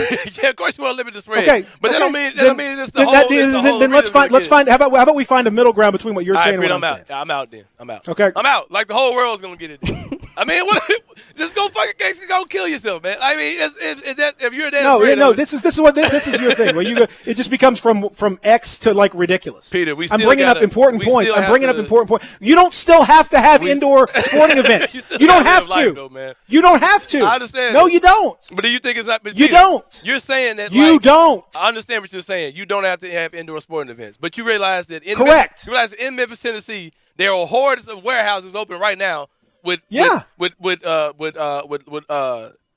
Do I endorse people, that? Underpaid Do I people endorse piled that? on top of each other every day long. Do You I understand endorse that's that? happening, right? Do I endorse but that? you do understand that that's happening every But day, right? do I endorse? No, and you how's don't endorse how's it, the but- spread looking? but And how's the spread looking? It has to go on, bro. Like, How's it looking? How we doing? Happen, Peter. How we doing as a society? It's jacked up. We doing good? It's jacked yeah, up. we doing great. Yeah, okay. It ain't me and Come you on, man. fault though, man. I mean, what do you want to say? Peter? I think it's important stuff people need to think about It before we is, start doing bro. this stuff. But you know it's happening regardless, Peter. It's clearly gonna happen regardless. I'm doing my best to stop it. That's all I can do. That's all I can do, Just man. pray they put masks on. Pray they don't sit by each other. It does. Mask don't read the study. The Peter, mask. Peter, we're doomed then, man. Mask We're is not going to be the be all end all. If you're Peter- there for 4 hours, it's going to change it. Well, damn it, Peter, we're doomed then. No, you're not. You could change your behaviors. You say you ain't got to go to the Tiger game. You don't have to exactly. I mean, this is not. Hey, I'm with you. I'm with you on that, man. Just but wait. I Just wait. Just everybody just cool out for a few months. I have to pause when I hear studies about, if you had 6 people sitting in the room, 4 to 5 are going to get sick. So if you got 6,000 people in the room, 4,000. No, that's not how it works. No, bro. that's not what I said. What I'm saying is that's an example of how this stuff transmits. You got to take that into account. We'll take a break. We'll wrap this thing up. Me and Santa are going to fight. I'm glad we're not in the same room right now. We might be fighting. Bro, get out of here, man. How do fights affect? I have to look that up and see how that helps the transmission. If your ass swole, does that help you? If I get some on my fist and wham, is that going to spread it to your nose? Real Sports Dog, Sports 56, 96.1, 98.5. Spend your lunch with Greg Gaston and Eli Savoy on Sports 56 Middays. Lunchy munchy. Weekdays from 10 till 1 on Sports 56, 98.5, and 96.1. 36-month leases, $31.49 due at signing. 0 security deposit. Excludes ACQ fee, $10,000 per year. 20 cents excess mileage. $6.50 acquisition fee. Forte ME $275,992. MSRP $20,510. Sold L706 $3372. MSRP $21,885. K5 MG 003,199. MSRP $25,725. K900 MSRP $65,610. L60 $26,907. L60 $21,220. Includes all rebates and incentives. PF $695. Excludes tax title and license with approved credit. See dealer for complete details. Offer valid through 11/1. 2020. Dealer stock only. Warranty is a limited powertrain warranty. See Kia.com or retailer for details. Where can you find best mass market branded initial quality 5 years running for Kia with J.D. Powers? We Gossett at Gossett Kia on Mount Moriah. Take your pick. 2021 Kia Forte or 2020 Kia Soul. $149 a month lease, 36 months. 2021 Kia K5 beats Toyota Camry with more passenger cargo headroom and legroom volume, plus a 10-year, 100,000-mile powertrain limited warranty. $189 a month lease for 36 months, all just $31.49 due at signing. Plus 2020 K900, $10,000 off MSRP. So come get happy at Gossett Kia, 2680 Mount Moriah or KiaMountMoriah.com. If you want it, we got it at Gossett Motor Cars. I know the sweetest thing in Memphis, and I know it's been around for 115 years. You know, I'm talking about Dinstall's, and it's time to stock up heavy on Cashew Crunch, Heavenly Crunch, Turtlettes, all of your favorite Dinstall's treats. So easy to get. The sweetest thing in Memphis, all you have to do is head to Laurelwood or head to Germantown and Poplar right across from the hospital, or go where they make the candies. That's on Pleasant View. There's nothing that says Memphis better than Cashew Crunch with that little tinge of coconut, or the Turtlettes. Let's face it, there's nothing better than Dinstall's chocolate. That's the mainstay of all candies, isn't it? Milk chocolate, although their dark chocolate is pretty darn good. And if you get the peppermint with the dark chocolate and put it in the freezer, you're going to love it. So many ways to love Dinstall's. Stock up heavy on all of your favorite Dinstall's treats. 115 years of making Memphis oh so sweet. You don't think about a lawyer until something goes wrong. When that happens, let attorney Stephen Leffler fight for you and your family. You don't leave the house in the morning expecting an accident, but it happens every day. A car wreck, you slip and fall, or you get accused of a crime and find yourself fighting for your reputation. Stephen Leffler has been fighting for you for over 35 years. Don't do it alone. Let Stephen Leffler fight your battles for you. Call Stephen Leffler, 901-527-8830, or go to LefflerLaw.com. Here to fight for you and your loved ones. Hey everybody, this is Coach Penny Hardaway. When I want to throw a party for friends or family, I want it to be a taste of Memphis, and that means Corky's Barbecue. Order online or call ahead and pick up at their speedy drive-thru. And be sure to tell them that Penny sent you. Order the ultimate taste of Corky's and get a free rack of ribs with your mail order. Just put Sidelines in the promo code. Get meat, ribs, barbecue baked beans, Corky sauce, dry rub seasoning, and a pie, all for just $99.99. Put Sidelines in the mail order as your promo code, and the free rack of ribs is added automatically. Water damage to your home or business can be an absolute nightmare.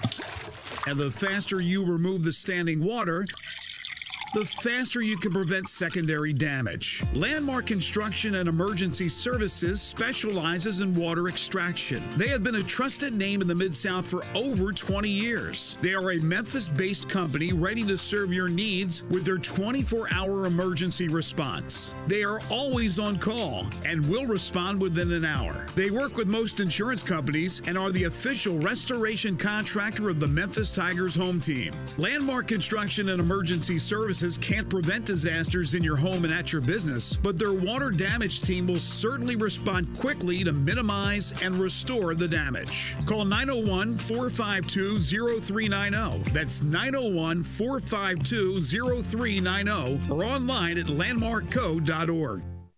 All 75 months at 2.99, Mirage LHO 10129, G4 LHF 07863, Eclipse LZO 15893, includes all rebates and incentives, PF 695, excludes tax title and license with approved credit. See dealer for complete details. Offer valid through 11/1/2020 with approved credit. Dealer stock only. How about a brand new ride that gets 43 MPG highway, seats 5, plus costs less than $4 a day? We Gossett at Gossett Mitsubishi on the Pike. 2020 Mitsubishi Mirage, buy for $11,100 or $99 a month. 2020 G4, 41 MPG highway, $139 a month, or buy for $12,400 $135. And 2020 Mitsubishi Eclipse Cross, $19,107 or $229 a month. Plus, confidence today, tomorrow, and long into the future with a 10-year, 100,000-mile powertrain warranty. Mirage, $99 a month. Mirage G4, $139 a month. And Eclipse Cross, $229 a month. Get to Gossett Mitsubishi today, 1870 Covington Pike, or shop online at memphismitsubishi.com. If you want it, we got it at Gossett Motor Cars. Welcome back to Sports 56 Mornings with Peter Edmiston. Yes, I will be good. I promise. Co-hosting Sports 56 Mornings is Anthony Sane. That's great, man. Now, back to Peter and Anthony.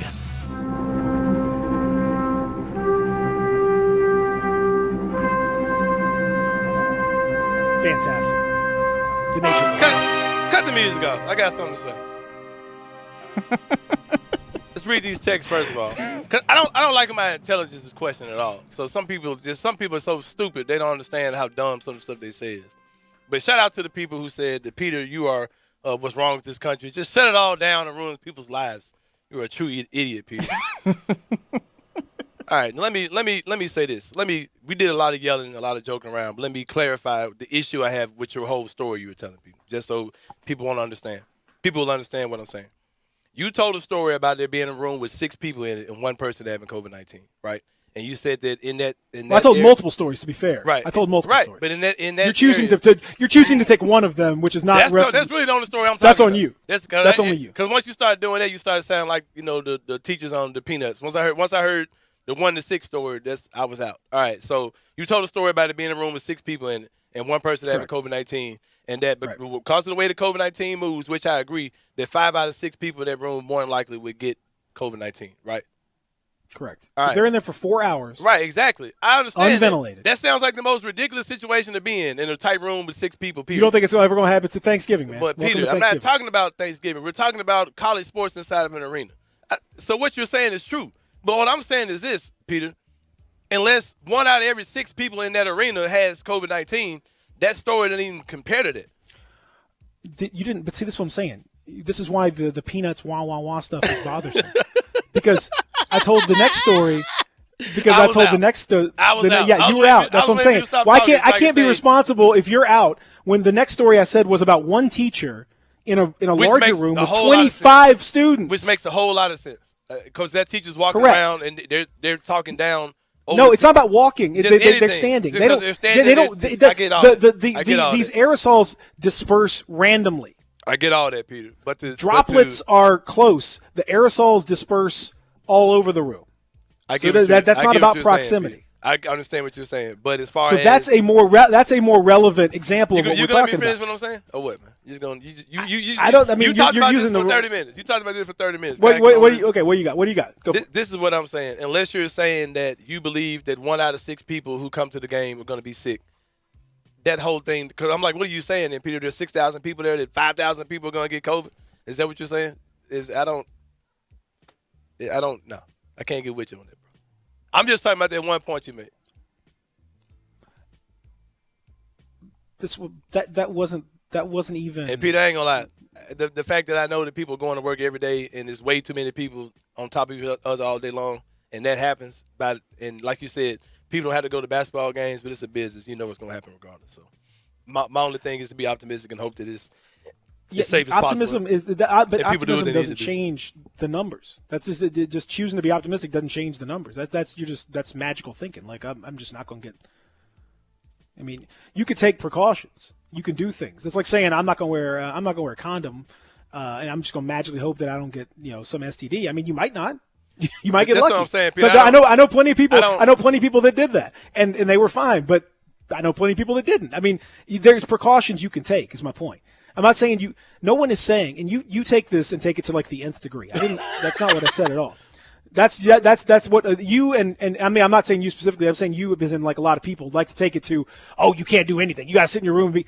No, you joke about me. I leave my house quite often to do the things I have to do in life. I got to go get some groceries. I got to go to the store.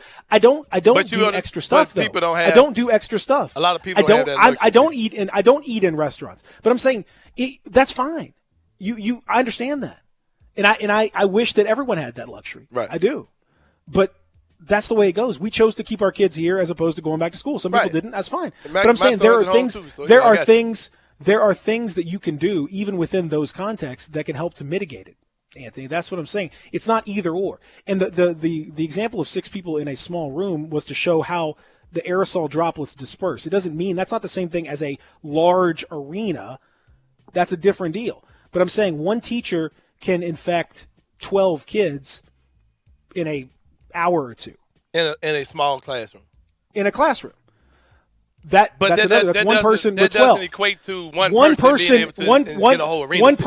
One person in a choir in a much larger church infected dozens of people. Right, that's possible. Now that's a larger room still. So what I'm saying is you can do a math problem and figure out, based on the rate of positivity in Memphis, how many people out of 3,000 would have it on average. And it would be a lot more than one that would go to that particular event. Then those people, where they are, increasing that over the course of hours, you're going to get more spread. I'm not saying everyone's going to get it. I'm not even saying a majority of people are going to get it. I'm saying we're trying to lower the spread. That's going to increase the spread. All right, and then those people take it back to their houses and whatever. Are they doing temperature checks at the games? It doesn't matter.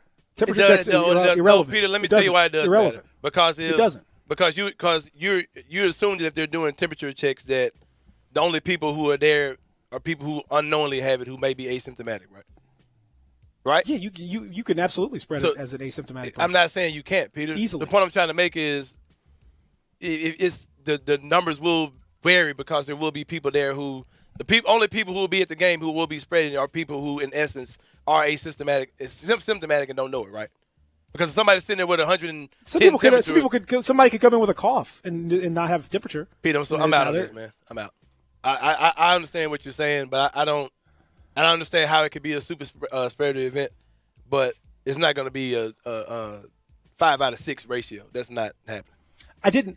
You're just stuck on that, which I didn't say. I just clarified it. If you want to just keep saying stuff that I didn't say, then I guess we can just keep. Man, we good, man. How about you? Hey, tell you what. How about you just argue with whatever you think I'm saying, and then I'll just talk about what I'm actually going to say. You just argue with what you think I'm saying, and then we'll just do it like that. Here's the thing. We got to talk to Dustin Starr on the other side. You just have that argument. I'll come back and I'll record whatever you want me to say, and you can have that argument with straw man Peter, and then I'll just keep doing your thing. That's fine. You can do that. That's good.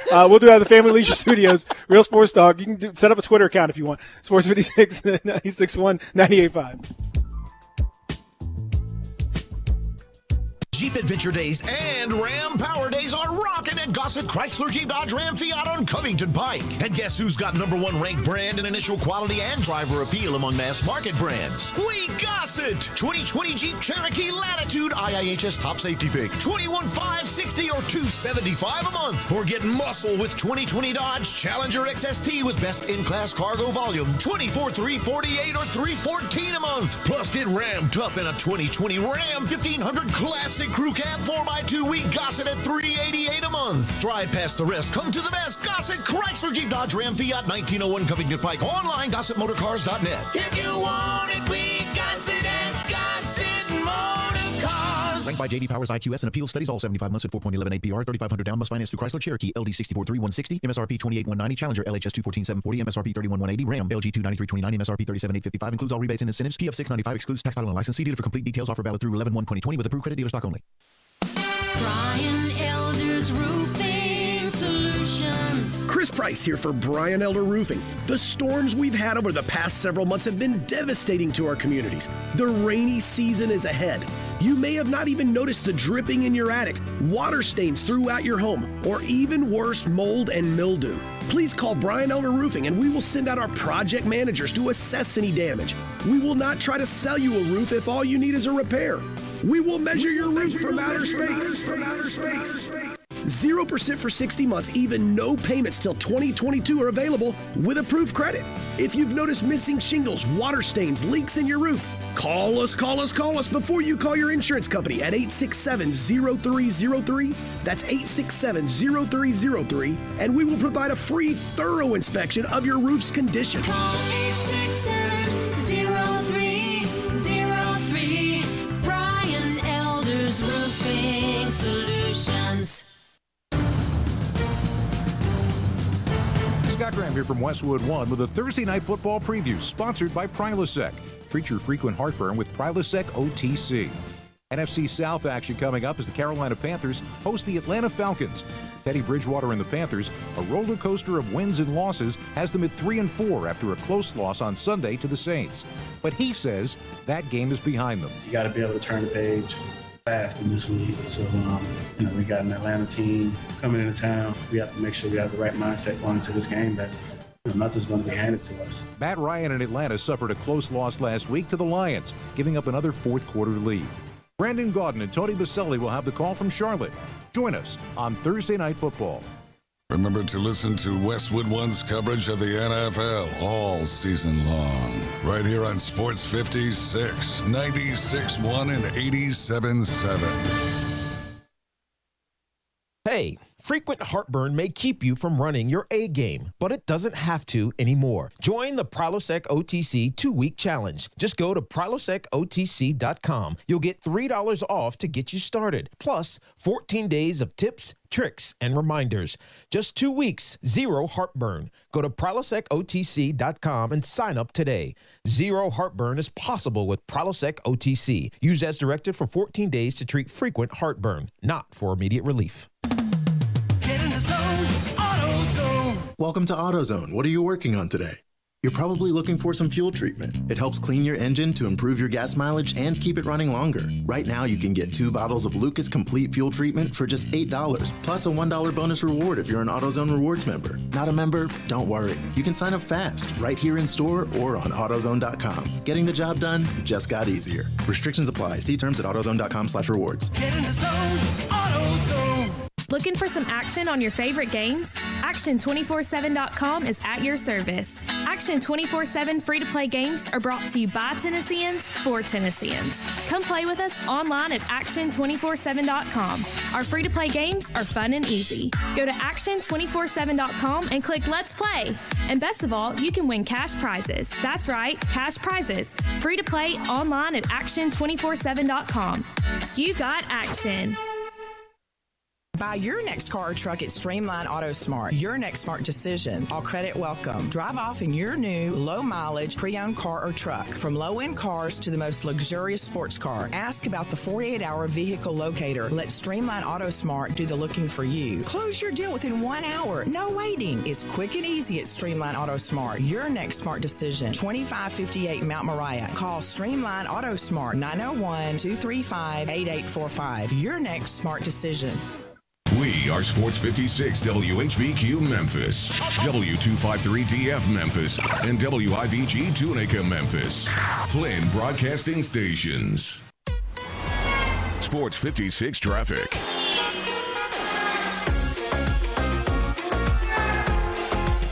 Working an accident on I-240 westbound before Poplar Avenue. Also, we have new accidents on Sims Street at Barron Avenue.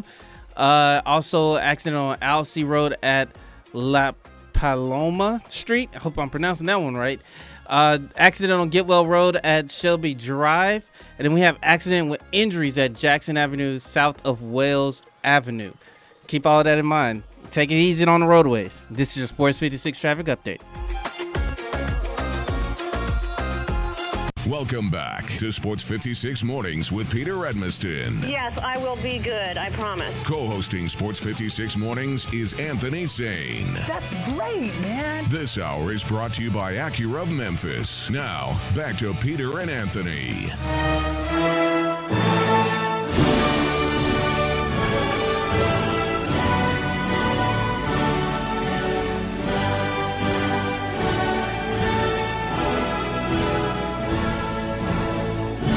It's so funny how Zach is trying his best not to be excited.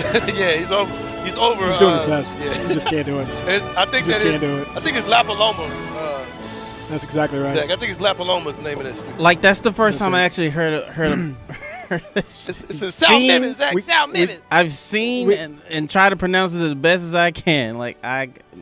That's the first time I've seen that street in Memphis. Well, we got it. We're back. Hour number 3. It's going to be a little bit rainy today, like it was yesterday. Not too much sunshine. Sorry about that. That's just the the way it goes, I'm afraid I can't help you there. Hopefully, though, things will be nice and sunny. I think they will, albeit a tad chilly for the Spooktacular coming up this weekend. Our friend Dustin Starr and the Championship Wrestling folk are going to have a whole lot of people there right around where the Hickory Ridge Mall was to help the Hero Development Center. It's going to be a lot of fun. Dustin Starr joins us to talk about that and a whole lot of other stuff. What's up, man? How are you? What is going on? It's going to be sunny and 65 on Saturday, according to the 7-day forecast. And I'm not here to stir the pot, guys. I love the passion from both sides. But, Peter, your study and what you're saying is exactly why we're having this event outdoors and socially distant because of the pandemic and the possible spread of the coronavirus. Also, just to make note here, the wrestlers have been tested for COVID-19. I've been getting results, especially today. I've been getting texted all morning about these results. So we're going to be masking up. We're going to be socially distant. Even the patio after party is outdoors. So we're not going indoors at all for any of the festivities this weekend on Halloween. So makes a huge difference. It makes a huge difference. I'm telling you, that's indoor versus outdoor. It's why everyone's worried about the cold weather and stuff, because people do things indoors, and that's that creates a much bigger spread rate. So I congratulate you guys for putting that thing together. Everyone should go out and check out 3 o'clock. Is that bell time? 3 o'clock? 3 o'clock bell time, man. Yeah, we'll be from 3 to about 5:30. So we're not going to keep you all day and all night, because I know that some people still have plans, whether it's a Halloween get together with their family or maybe some people are trick or treating. But we'll be out there during the day. It's supposed to be 65 and sunny. Tickets are still available. They're looking real good. Man, we're going to have a really, really, really good card out there. And before the card happens at 3, we've got a special Halloween episode of Championship Wrestling that's going to be really good. I saw a sneak preview last night, so we even have a special introduction, like the opening sequence of the show. It's all Halloween. I'm decked out in my Halloween costume, and I want to tell you guys what I'm going to be, but I feel like that's kind of part of the Halloween Spooktacular surprise, you know? Okay, all right, I get it. I don't want to ruin the surprise for everybody. I got you. You can keep it masked, so to speak, until such time as it's time for. I gotta ask you because we had. That's right. We got a. You mad at me now? No, saying you mad at stuff. Hey, I'm gonna do what I want to do. I'm gonna do what I want to do regardless. I'll be another wrestling show Saturday, so I ain't mad at none of it. So hey, y'all do what you want to do. But my whole thing is this, man. Like people. I'm not gonna knock anybody for doing what they do, to escape, to have fun, to make life as normal as they want to try to make it as safe as possible. I'm down for all of that. I understand that things are going to happen. Things will happen. But I mean, University of Memphis got to make their money. Your wrestling show's got to make his money. People are doing what they have to do to try to recoup something. You know, we got friends and coworkers who have lost jobs at University of Memphis, so I'm not knocking the school for having games with live fans, especially when people are getting up going to work every day in much worse environments where there are no 6 feet, there is no 6 foot space. So I'm not gonna act like this is the worst thing in the world if they have a live sporting event or a live wrestling show or whatever. So more power to anybody. I don't feel any type of way about any of this type of stuff, man. At the end of the day, people are going to do what they want to do. I'm going to be safe for me and my family. I mean, you guys are definitely doing what you have to do for you and your family, so I don't stress over stuff like that, man, at all. But we're going to book the match. It do seem like me and Peter do get to argue every time your ass come on the show. It seems like me and Peter arguing about something. That's why we got to settle it in the ring on Saturday. We will settle it. I mean, it's, we're going to have to. There's no now. I got to ask you because there was some sad news yesterday in the world of wrestling around here. Tracy Smothers, who had been fighting cancer for a while, passed away, and he's a guy that's been all over the place, but one of the funniest, nicest dudes when it comes to helping folks in the business, and just a lot of. I've seen a lot of really good stories already. About him. I'm sure you've got a few as well. What are your memories of Tracy? Oh, man, I met Tracy a long time ago. I was probably just starting out at 16 years old. I saw him last year, and, in the business, you don't see each other all the time. So when you see each other, it's like there was never any lost time. Right. But I talked to him recently, probably about 3 weeks ago. I was going to book him for one of the Q&A sessions that we've done with guys like Bill Dundee and Dutch Mantel, and I knew that he was fighting cancer, but I knew that he was doing better. And so I thought that maybe we could do something to help raise some funds for him. And he called me and he said, man, unfortunately, my cancer's back. And so we weren't able to do that show. And we were optimistic that possibly if he were, to get well enough again, that we would bring him to Memphis and do some sort of kind of intimate Q&A session with the fans. But when I met Tracy, we were in Corinth. I'll never forget it. I had one of my partners helping him out with his merchandise table. And I remember telling Tracy, man, I love those shirts, because he had the shirt that said T is for terrible, H is for hell, U is for ugly, and G is for jail, because a thug can't spell. And I said, man, Tracy, I love those T-shirts. He goes, really, brother? And he literally took the T-shirt off of his back and gave it to me. And I still have that T-shirt to this very day from back when I was 15, 16 years old, just starting out in the business. But the guy really did stick up for the young guys. There's a lot of older classic, legends or whatever you want to call them that try to, maybe not purposely, but they try to hold the younger guys back a little bit because they don't want to give up their spot. But Tracy really did help the younger guys out. I remember a story in a bar, and this is just typical Tracy. He pulled a guy's eyeball out in a fight because he was picking on one of the young guys. And the boys are the boys, and you don't do that. And also, Tracy wrestled a bear, by the way. The dude was a legit tough guy, but he was like the most soft. And an unmuzzled bear, too. An unmuzzled bear. Like, it wasn't like a it wasn't. Yeah, it wasn't. He's a lunatic, man. He was, but he was just like he was like a teddy bear. Like, he kind of reminded me of Moondog Spot. He drinking coffee and just being such a nice guy in the locker room, but then a maniac when he went through the curtain. And Tracy was the same way. I saw a story yesterday where he told a kid, another wrestler, hey, just keep your gear in your bag tonight because all the heat's for me. And just goofing in the back, and telling guys stuff like that. But he was awesome. Just hate to see that he's gone at age 58 and fighting cancer, and just, gosh, man, it really sucks. But I'll miss Tracy Smothers a lot. He actually, here's a little funny story. He told me about life on the road. He said, all right, so when you start traveling, you're not going to have a washing machine, and you're going to need to wash your underwear and your tights. And so he literally went to the sink at Channel 5 Studio, and he showed me how he washes his gear. He wrings it out. He puts it on the floor, puts a towel on top of it, and kind of walks it dry. And I thought, maybe one day I'm going to wash my underwear like that. Oh, man. But that was a true story. That's how he washed his gear and his underwear at the hotel rooms when he didn't have a washer and dryer. One of my favorite stories that I heard from folks talking about, because he's definitely he's a salt of the earth kind of guy, and has a ton of those stories like that for sure.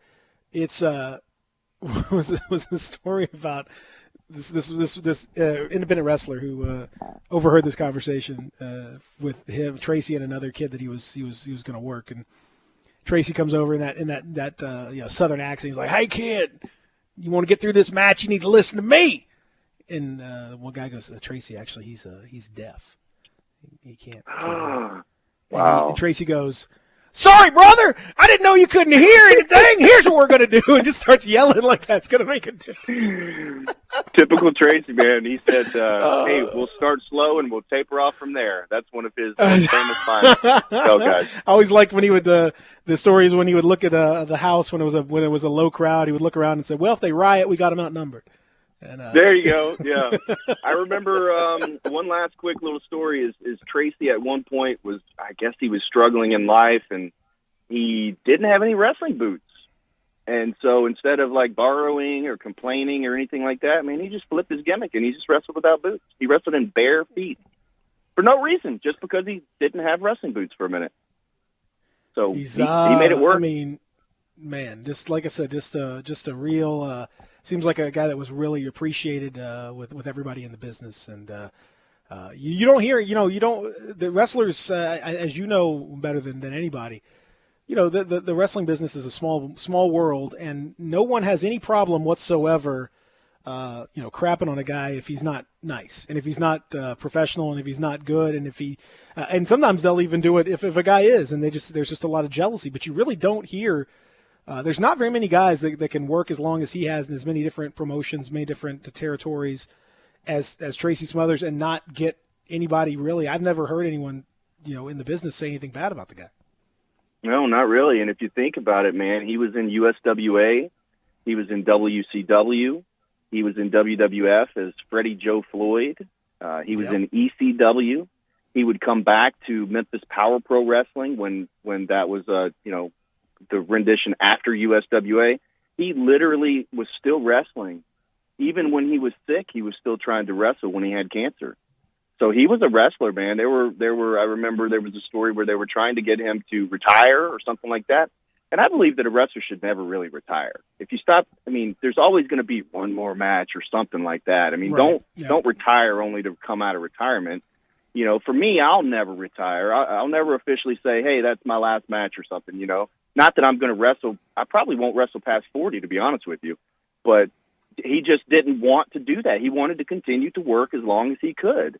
And then when he wasn't able to wrestle in the ring, he would go to the ring and be kind of some sort of a manager or something like that. So he was even active probably earlier this year. I think he was active. If not, it was late last year. But very, very recently, he was active in wrestling. And I haven't heard anybody say any bad things. But now, if you did get on Tracy's bad side, of course, like I said, he would pull your eyeball out. But I would just recommend not to get on his bad side. That's a true story. Pulling the eyeball out is that's a good Lord. That's pretty rough. And I will tell everybody, go and watch one of my absolute favorite matches in his honor was from the Great American Bash 1990. I think it was the opener of the Bash 1990 with the Southern Boys. That gimmick has not aged well, by the way. So he just no, it hasn't. It has not aged very well. But the Wild-Eyed Southern Boys against the Midnight Express, an absolute clinic in tag team wrestling. Awesome. It's like 12, 13 minutes. It's just incredibly fast-paced, great creative spots, huge energy. Like it's just for me, like that's like one of the epitomes of my style, what I like to watch. Like it's just awesome. Yeah. It's an awesome match. Yeah, and he used that. I'm glad you brought that up. He used that Southern Boys and the Wild-Eyed Southern Boy thing to get heat. He just knew 1,000,000% that people hated it, and that was one easy way for him to instantly be booed when he walked through the curtain, was to be that wild-eyed Southern Boy. Everybody dies. He was saying that before the Murder Hawk was saying it on AEW. So he used that to get heat big time.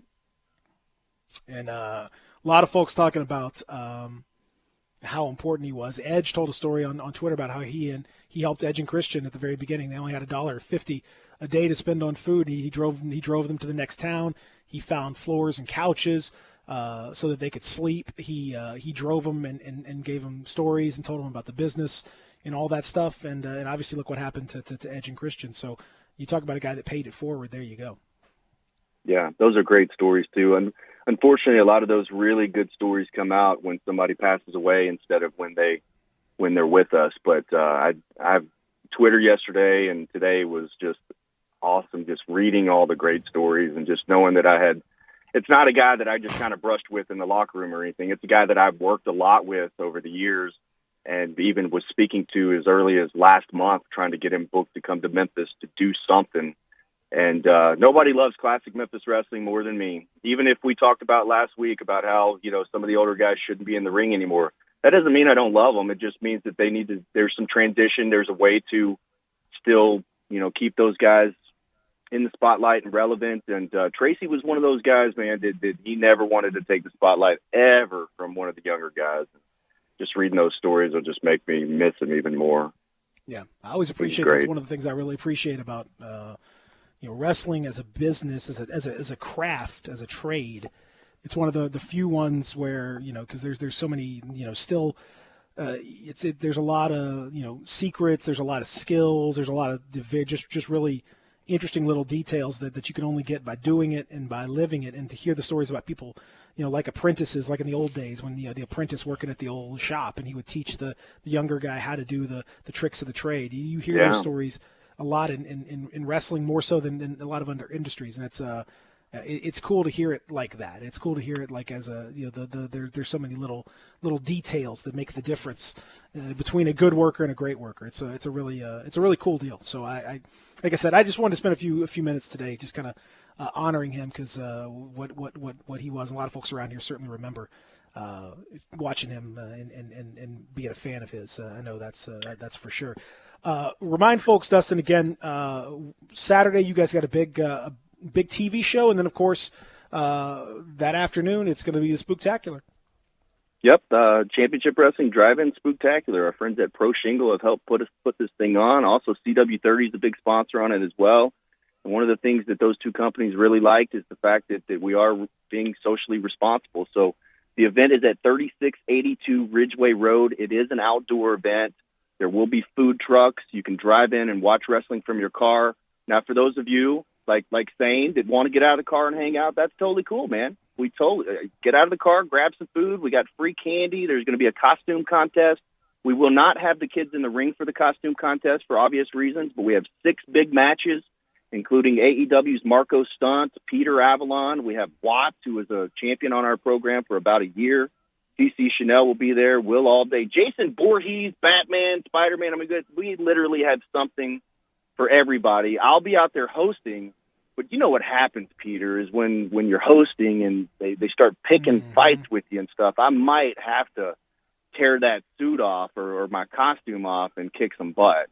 And then immediately I hope you got one of those $1 Million show, Man style, tear off suits. Man, that would be you need right there. I should have been the $1 Million. See, now you're making me change my costume. But then immediately following that, we're going to go out to Kooky Canuck in Cordova. They have a big patio area where we'll have music and we'll be masked up and wearing our costumes and just having a little bit of holiday fun, because the guys and gals that are flying in and coming in for this show, they want to see Memphis, but they also know that I don't know if we should see Memphis right now. So we're just trying to do something real cool for everybody and have a lot of fun doing it. And the proceeds go to the Hero Empowerment Center, which is going to be built in the very spot where we're going to be wrestling that day. I like it. Sounds good. Appreciate it, buddy, and happy birthday to you. I know we had a birthday in the last few days, so happy birthday to you. To give Maria our best, and the little your son and the little one to come. So coming soon. Very nice. Very nice. Thanks, guys. Hey, you guys. We'll talk to you next week, stop buddy. Fighting for a minute, okay? You guys get along for the rest stop. of the show. We stop for now. We stop for now. That's what we do, man. We'll get back. We'll get back to thanks, it, though. Guys. We'll get back to that after that here in the Family Leisure Studios as we roll on. I'm going to fight Sane when we return. No, well, maybe not. I don't know. I'm down. We'll see. Maybe we'll get along, Sane. I'm sick of fighting. You know, it requires you actually leaving the house, right? So. I'm not in an arguing mood, right? No, you can come out here. We got a nice little heated patio that we're working on. Don't you live like in Bartlett or something? Where you live, bro?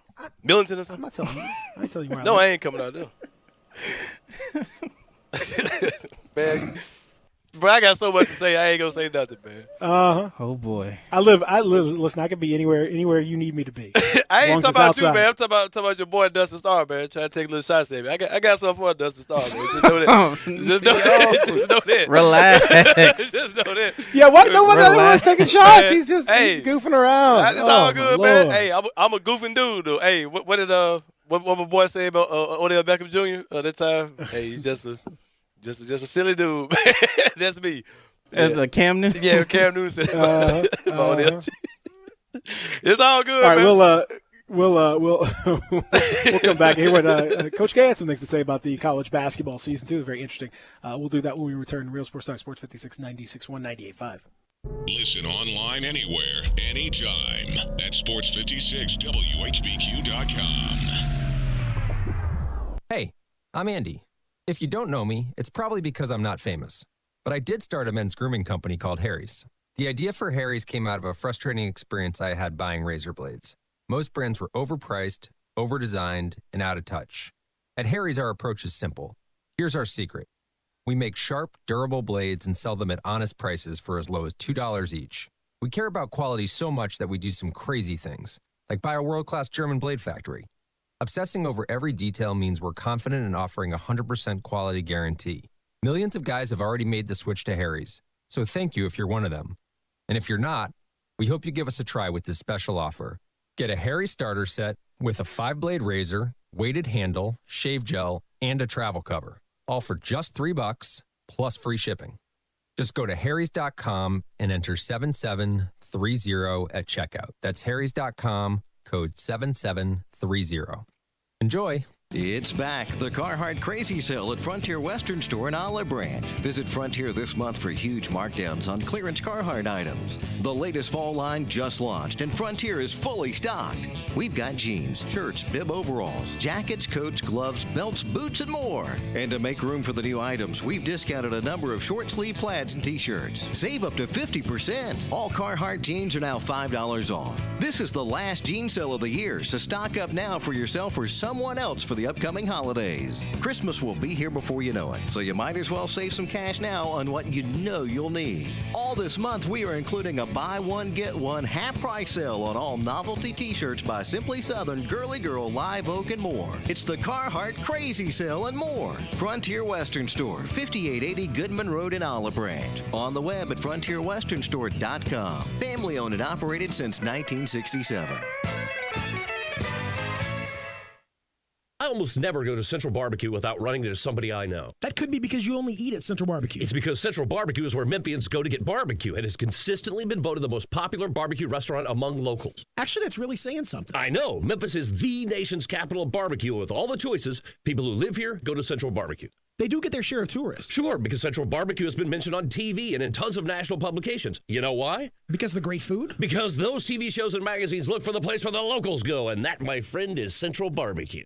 You get to choose at Gossett Kia on the Pike. Right now, take your pick from 2021 Kia Forte or 2020 Kia Soul. $149 a month lease, 36 months. Plus the all-new 2021 Kia K5 with more passenger cargo headroom and legroom volume than Toyota Camry. Plus a warranty that blows Toyota away with a 10-year, 100,000-mile powertrain limited warranty. Now $189 a month lease, 36 months. And get 2020 K900 $10,000 off MSRP. So get your Kia on at Gossett Kia 1900 Covington Pike or shop 24/7 KiaCovingtonPike.com. Ask for Bobby J and he'll put you in a new Kia today. Leases starting 49 due at signing. 0 security deposit excludes ACQ fee 10,000 per year, 20 cents excess mileage, 650 acquisition fee. Forte ME 275,992 MSRP 20,510. Soul L706 3372 MSRP 21,885. K5 MG 003199 MSRP 25,725. K900 MSRP 65,610. L60 26,907. L60 21,220. Includes all rebates and incentives. PF 695 excludes tax file and license with approved credit. See dealer for complete details. Offer valid through 11/1/2020. Dealer stock only. Warranty is a limited powertrain warranty. See Kia.com or retailer for details.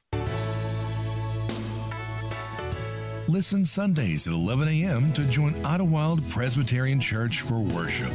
Idlewild is a PCUSA church located in Midtown Memphis.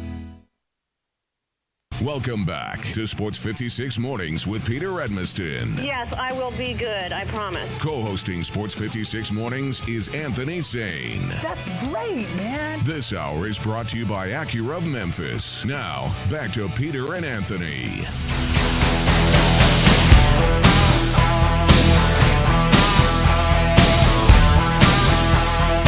One of my all-time favorites, Bret the Hitman Hart. Speaking of race. What, Bret Hart?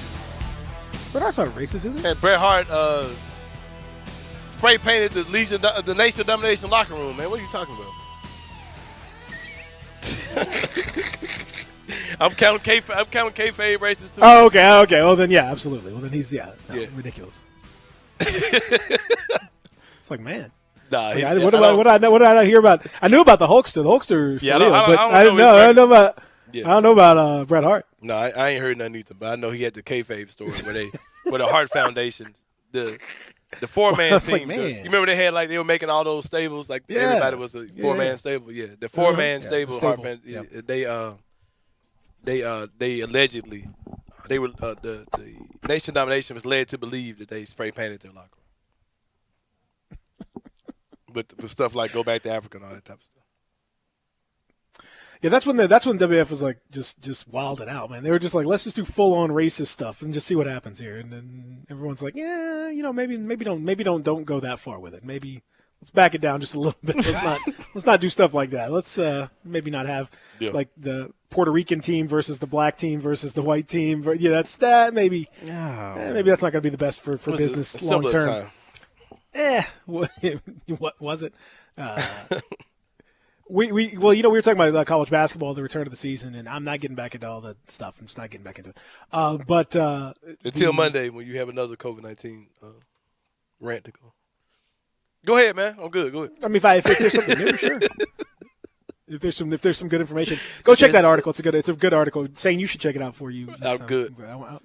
No, you need to check it out. It's good. Mask up. That's all I can do, man. Put my mask on. Masks don't do everything. Well, what's the point of doing anything then, Peter? We might as well just jump in the river. That's the case, man. No, this is not. That's what I mean. You always jump to the extreme. I'm not no saying, matter what, if there's an argument, you always jump to the other side of it. Don't do anything. I'm not saying there's a situation where there won't do mask up for sure. I'm just saying that doesn't prevent everything. There's not going to be any. I'm not saying that, but I'm saying there, of course, there are going to be cases. No matter what you do, there are going to be cases. But I believe creating an image of mass hysteria where if like 5 out of every 6 people that go. You're the only one. You're the only one who's creating that image. Like I said, you're just putting stuff that I didn't say. You're creating that image, not me. And just know if I go to the game, I'll be sitting in the media section. I'm not sitting amongst you commenters either. Well, that's what if that's what it doesn't matter. The stuff disperses all over the place. I'm just saying, man. I'm just cracking jokes. It don't matter. But if I want to go to the game, I'm gonna take my ass to the game, and I'm gonna have my mask on. I'm not gonna be worried about none of this stuff. So for whatever it's worth, Mike Krzyzewski says that there is going to be March Madness no matter what. He said we don't know a lot of things. He said we know we're going to have a March Madness. We know we're going to have a regular season. We just don't know much about both. It's a hell of a way to run a railroad, is what he said. Asked about the logistics of staging the tournament, he said there are none. I mean, I'm sure there will be, but how would you do it? The selection committee has no idea what they'll do right now. Nothing against them. How can they? So let's just keep navigating. So he says they're going to do it. He said there is no regular season. Said from the very start, this was looked at as a time where we have a pandemic and there's not going to be a regular season the way we've had it. So the NCAA got a starting date and they have an ending date. Nothing against them, but that's all they're concerned about. So it sounds a little haphazard here, a little slapdash. They don't have no plan. We're going to do it, but we don't exactly have an idea of how we're going to do it. We just going to get there. Or they're just going to somehow get there. What is the minimum saying for you to feel like there is a regular season? Because you're probably going to have – I mean, again, we've already seen it in football, and we're seeing it, in other aspects of life. As it gets colder, you're having more cases, you're having more spread. You see around the country the spread rates are higher than ever, and locally we're getting back into where we were. The Methodist just sent out a thing yesterday that said the ICUs are becoming strained, so we know that's happening. How much would it have to disrupt before you feel like the season is going to be in jeopardy? Would you have like a month off? Would you how many games do you need to have for it to be a legit regular season with a tournament? I think they'll do whatever they need to do. I think if they call themselves making a hard line, like a team has to win, has to have 18 games, whatever, they're not going to do that and leave Kentucky or Duke out of the tournament. They're gonna move that goalpost the entire time. So. All these leagues are going to finish, man. Like, they're going to finish. Like, it's just they're going to do what they have to do to keep that money going in. They're not going to not have a March Madness again like they did last year. And they're going to do whatever they have to do to make it happen. I think that's pretty much obvious. And I think and we talk about they're going to force it no matter what happens. I think you're also going to see players and athletes kind of adjust their own behavior as it goes on, because it's like they're not just going to just you're naturally going to respond, and they're going to do better to do what they have to do to finish the season. So I think I'm pretty much after seeing baseball finish, NBA finish, NFL's chugging along. Even after that Tennessee Titans thing, the NFL kept it going. I think every league is going to find a way to finish. I don't think there's any chance that college basketball won't finish the season. I'm a little nervous with the fact that people aren't like they didn't want to go ahead and do the bubble situation down in Florida, in Orlando, that they felt like it was too stringent, the regulations that ESPN and that Disney wanted to put on them for that makes me a little bit nervous about that. I do think they're going to end up having to do some kind of pod system. Like it wouldn't surprise me. We're seeing Kansas Gonzaga trying to set up something in Fort Myers, Florida, at the end of November. Auburn also trying to set up something with Gonzaga in the next couple of days. Kansas would be playing someone else there. So they try to get 2 or 3 games in these little mini bubbles. I think you'll see teams try to set those up. But I think it's going to look a lot like football where, like, hey, we're trying to get, like, games going. We might set up a game, Monday for, Saturday. Like, hey, what are y'all doing on Saturday? Y'all go, oh, you want to try to play? Let's play. Like, it'll be a lot easier even with basketball because you don't have the huge numbers of people that you have to deal with when it comes to football. But, like, for example, in football even, Nebraska was trying to set up a game with UT Chattanooga, I think, for this weekend on very short notice because Wisconsin couldn't play their game against Nebraska, and then that didn't work. But I think you'll see, like, in the course of the season, like if Memphis is going to play, let's say Houston, and Houston has to postpone because of COVID, Memphis may just, dial up someone, fairly close and just say, hey, man, let's play. Lamar on, let's get who it going. You got. Or let's say Auburn, even, or somebody crazy like Alabama, something like that. If they're within a few hours, say in Alabama's, maybe somebody's canceled out on them. Maybe they're supposed to play Kentucky and Kentucky had COVID or something. Maybe Memphis calls Alabama and say let's try to play some, let's get something going here. I really think it's going to be a kind of a ad hoc season to some extent with some of these games, and I mean that it could make it interesting and exciting. I do wonder at the end of the day how the selection committee is going to take all this stuff into account because, man, I just don't know. I don't know what you're going to do for a tournament when you're going to have teams that have probably played 5, 6, 10 fewer games. Some teams will play more, some teams will play less.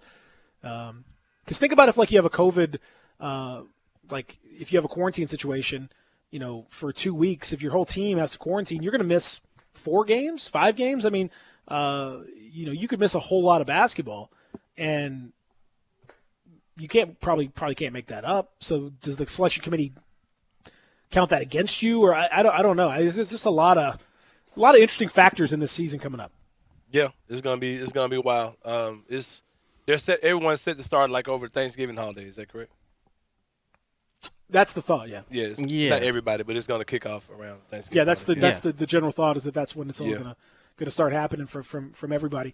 Also, for I guess it's not a shock to see the preseason selections from the AAC, the University of Memphis, selected second. Does that surprise you? Are you shocked? I've seen people kind of tripping about it. I'm like, man, like Memphis was projected to be worse than that. Well, they ended up being worse than that last year at the end of the season. So to get bumped up to 2, and Houston's going to have a good team. I mean, I don't see what the issue with that is at all. I think Penny's going to have a great team. They could end up being 1, but they haven't done it yet. So what's the you can't get you can't put the cart in front of the horse. So I think that's fair. I think that's right. You cannot put the cart in front of the horse. I've tried it; it doesn't work. No, it never worked. Moussa Cisse is the preseason Rookie of the Year. I hate that award. Yeah. What does that even mean? Like, how do you know who a guy? I mean, you just like, why don't you just say like, hey, we think this guy's gonna be really good. We think this guy's gonna be a really good player. It doesn't mean you just guessing. Like, it's just guesswork. I mean, I assume Moussa Cisse is gonna be great. I assume he's gonna block 5 million shots. I assume that he's gonna do all those things, but in all of it just guessing. Yeah, I mean, I agree. All preseason stuff in general, I guess, but I don't even know why you give a guy an award. That's you could like say the preseason rookie power rankings and Moussa Cisse number 1, but why you naming him the Rookie of the Year? Okay, all right. Why didn't the NBA do that? Zion Williamson, the Rookie of the Year, for what? We haven't even played yet. I can't wait. Go ahead and give James Wiseman the Rookie of the Year. Give James Wiseman the Rookie of the Year this year, even though he hadn't. They technically did give Zion the preseason Rookie of the Year. So they tried. Hard as they could. They tried their best. That's for sure. So yeah, it's all happening. Houston is expected to win by the media folks and the coaches as well. 99 points from the coaches preseason poll. And 9 first-place votes. Memphis got 2 first-place votes. After that, SMU, then Cincinnati, USF, Tulsa, Wichita State, UCF, East Carolina, Temple, and then Tulane, preseason player of the year.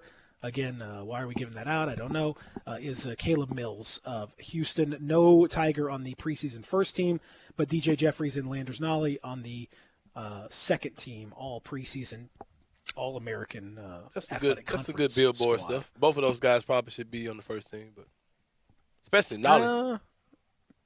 Well, he's got to prove it in the American. It's interesting. Okay, playing in a real conference instead of that bootleg exactly. ACC. You got the real conference now. But here's the thing: like on the preseason rookie of the year thing for the conference, they call it rookie because you don't particularly have to be a freshman.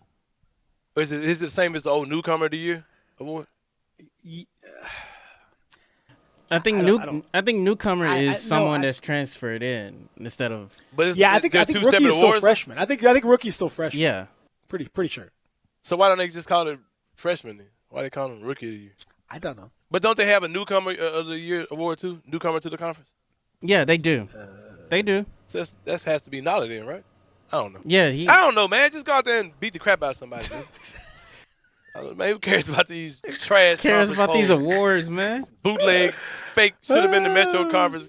Who cares, man? Let's go. Metro. I remember that. It should have called the Metro Conference, man. It's American. That's so trash. You remember Josh Paston was like, "Oh, I love it. It's so patriotic." And shut up. Yeah, terrible. I agree with that. It's very generic. And it annoys me because it's AAC. It's at ACC. It's very similar, and it's the whole thing. I just don't. I don't like any of it. More tough NFL news for Zach and for Cowboy fans yesterday. We'll talk about that when we continue here from the Family Leader Studios. Real Sports Talk, Sports 56, 96.1, 98.5. Same great shows. We welcome you back to Sports 56 Middays. What's up? It's Sports 56 Happy Hour. A new spot on the FM dial. Check out Sports 56 on our new FM home at 98.5. The folks at Homer Skelton Hyundai want to say thank you. Thank you, Memphis, for another spectacular year. They set records, but I can understand why. You think about the product. Where else do you get a 10-year, 100,000-mile limited powertrain warranty? That's what you get on every new car at Homer Skelton Hyundai. Oh, and thank you again for the 11th straight year, the #1 certified pre-owned car dealership in all of Memphis. It starts with that product, but then it goes to the shopper assurance. Where else do you go where you get transparent pricing, flexible test drive, take the car for a couple of days if you want, streamlined buying process? You're not going to be there all day, in and out. And then, and I have not seen this anywhere else, the 3-day worry-free exchange. You buy a new car, if you've got any buyer's remorse, you've got 3 days to change your mind. Just get on Lamar, take it into Mississippi, the first exit's Craft Road, turn left, and go see Chris True and all the gang at Homer Skelton Hyundai.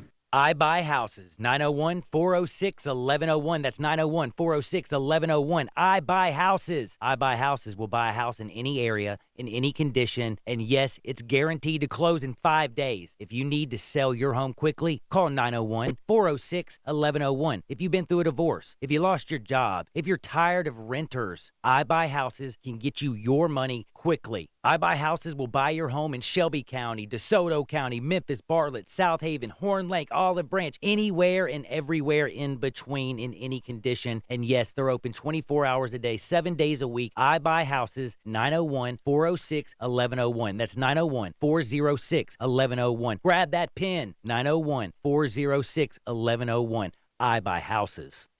Family Leisure's done it again. We're talking about the world's biggest spa sale. Up to 30% off on spas and swim spas. Choose from hundreds of different spas from multiple manufacturers. There is special financing available, and if you are in the market, special pricing now as summer starts to dwindle on chemicals and accessories. Always professional delivery available. The spas are going crazy at Family Leisure, I-40 and Whidden Road. 911, what's your emergency? This car, an SUV, it was going across, it went around the barrier and the train. Oh God. Ma'am, did a train hit an SUV? Is that what happened? Yes, the train is still going. The train is going and the car, I can't believe it. You can't judge the speed of an approaching train. That's why the signals are there. Stop. Trains can't. Paid for by NHTSA. Brian Smith, we love the one and only Lexus dealership in Memphis. Thanks, Stats. The fall months are always the best time to shop for both new and pre-owned cars. We're right in the middle of model year end change. The 2020s have got to go to make room for the new 2021 models, and we continue to trade for the best pre-owned cars in the city, all makes and models. Service is one of y'all's hallmarks. Our award-winning service department is adhering to all socially distanced safety precautions. You can experience amazing at Lexus of Memphis at 2600 Ridgeway and online at lexusofmemphis.com. Welcome back to Sports 56 Mornings with Peter Edmiston. Yes, I will be good, I promise. Co-hosting Sports 56 Mornings is Anthony Sane. That's great, man. This hour is brought to you by Acura of Memphis. Now, back to Peter and Anthony.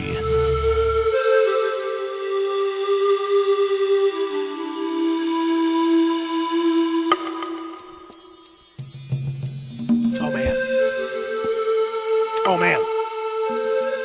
Yokozuna, baby. Speaking of racism. Wait, huh? Huh? I'll let y'all take this from here. I'm not gonna explain it. If I have to explain, I shouldn't have to explain that one at all. I don't know what you're talking about. I really don't. How about Yokozuna is not Asian at all? Wait, what? Exactly. I mean, he's Hawaiian. His family's Samoan. Come on, which man. Is That's not the culture that's not the culture Pacific they were trying to Islander. portray. Yeah. That's not the culture they were portraying. With No. He's not. He's not Japanese. That's for sure. I haven't seen anybody from Pacific Islands named Yokozuna. So you can fool me, man. But Yokozuna is the name they gave. No, I will defend them here a little bit. How? Yokozuna is the name given to a sumo grand champion, which is his whole gimmick was that he was a sumo champion. Right. He was the best sumo wrestler. And if any sumo wrestler, there are non-Japanese sumo wrestlers who are Yokozuna. And his manager was Mr. Who? Oh, Mr. Fuji. Okay, who was Mr. obviously Fuji. supposed to be what? Japanese, right? Or Chinese, right? Okay. Japanese. They weren't portraying Yokozuna to be of his actual heritage. They were having him pretend to be of another. Well, that's culture. that they were making that implication. Yes, they okay. never All right. that was Mr. Fuji carried the weight on that one. Mr. Fuji, his family was Japanese. Harry Fujiwara. I told the story about him. He lived in Knoxville. He was a bouncer up in Knoxville when I was in college up in Tennessee. Mr. Fuji, the real Mr. Fuji. Harry Fujiwara was his name. In any event, yes, and obviously if you want a little double dose of racism and listen to the commentary during Yokozuna matches when they would easily say all sorts of racist I already things. know. So yes, for sure about that. Zach, I did want to mention. I would be remiss if we didn't mention some sad news for you and for Memphis fans as well.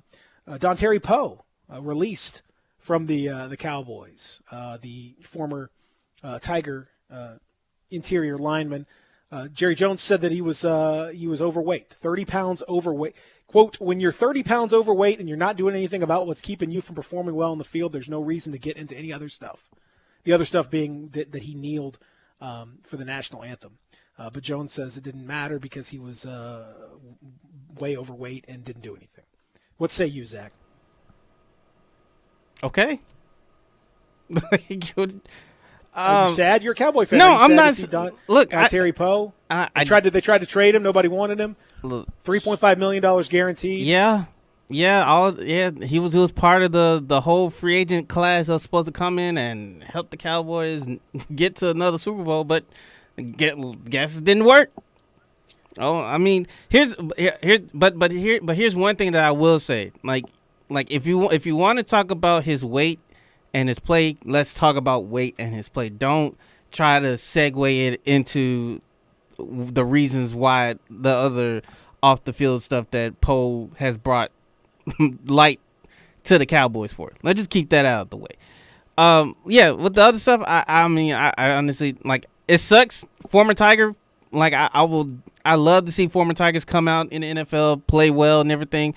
But I mean, like, it is what it is, man. I'm trying to get a top 3 pick. Like, if it had to sacrifice, well, that's not gonna happen. That's not gonna happen. I'm telling you, it's not gonna happen. I'm trying to get a top 3 pick, man. Like, I need picks, and you guys are gonna win the division with a 4-12 record. You're gonna win the division. They can keep the division. This is a poverty division. You're going to the Saint. playoffs. You're going to the playoffs. This is a poverty Yeah, it's- division, Saint. Yeah, it is I a don't very want poverty it. division. I don't want it, man. That is true, Zach. I will give you that. Oh, it's the worst. It's the worst division in maybe in the history of the league. So somebody's got to win it. One of those 4 teams is going to go to the playoffs, whether you like it or not, whether anyone else likes it or not. Give it to the Giants. Like they deserve it. They haven't been to the playoff in a minute. None of these teams deserve it. None of these teams. Give it to the Giants. Like, No. your football team would probably benefit We don't from deserve a it? playoff run. We don't deserve it. We're terrible. We're out here. Our organization is out here being terribly abusive to the cheerleaders, racist names, gouging the fans. We don't deserve it. I could make history. Cowboys Peter. certainly don't deserve it. Of Eagles, course. I guess the Eagles. I don't know. Like the nice job by the Cowboys on those free agent signings too. Oh yeah, got rid of Darryl Worley. Yeah. Emerson Griffin was traded for. Yeah. The free agent spree really didn't work out so well for old, flip all of them. old Jerry Jones. Flip Yeah, all of that's, them. I'm trying to get picks so I can fix this defense, man, and just keep losing, man. I want us to keep losing. I mean, not that's gonna happen anyway. intentionally. You ain't got to plan. Just on like let it happen organically, not intentionally. They don't have to. Last thing, a texter at 67129 says, "Hey, saying Bret Hart dates a black woman, so maybe he's not as racist as the kayfabe would indicate." You know who else dated black women? Slave masters. Uh-oh. See y'all tomorrow.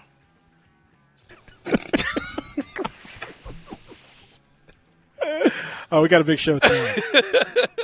We got a big show tomorrow. Governors. Governors. I don't know if we can happen. I don't know if we can. We can top what happened today. Oh, yeah, today was a good one. Today was wild. Kramer, we got Kramer, we got Kari tomorrow. We got to have lots of fun. Everybody, have yourself a great Thursday. Coming up next, middays. Greg and Eli.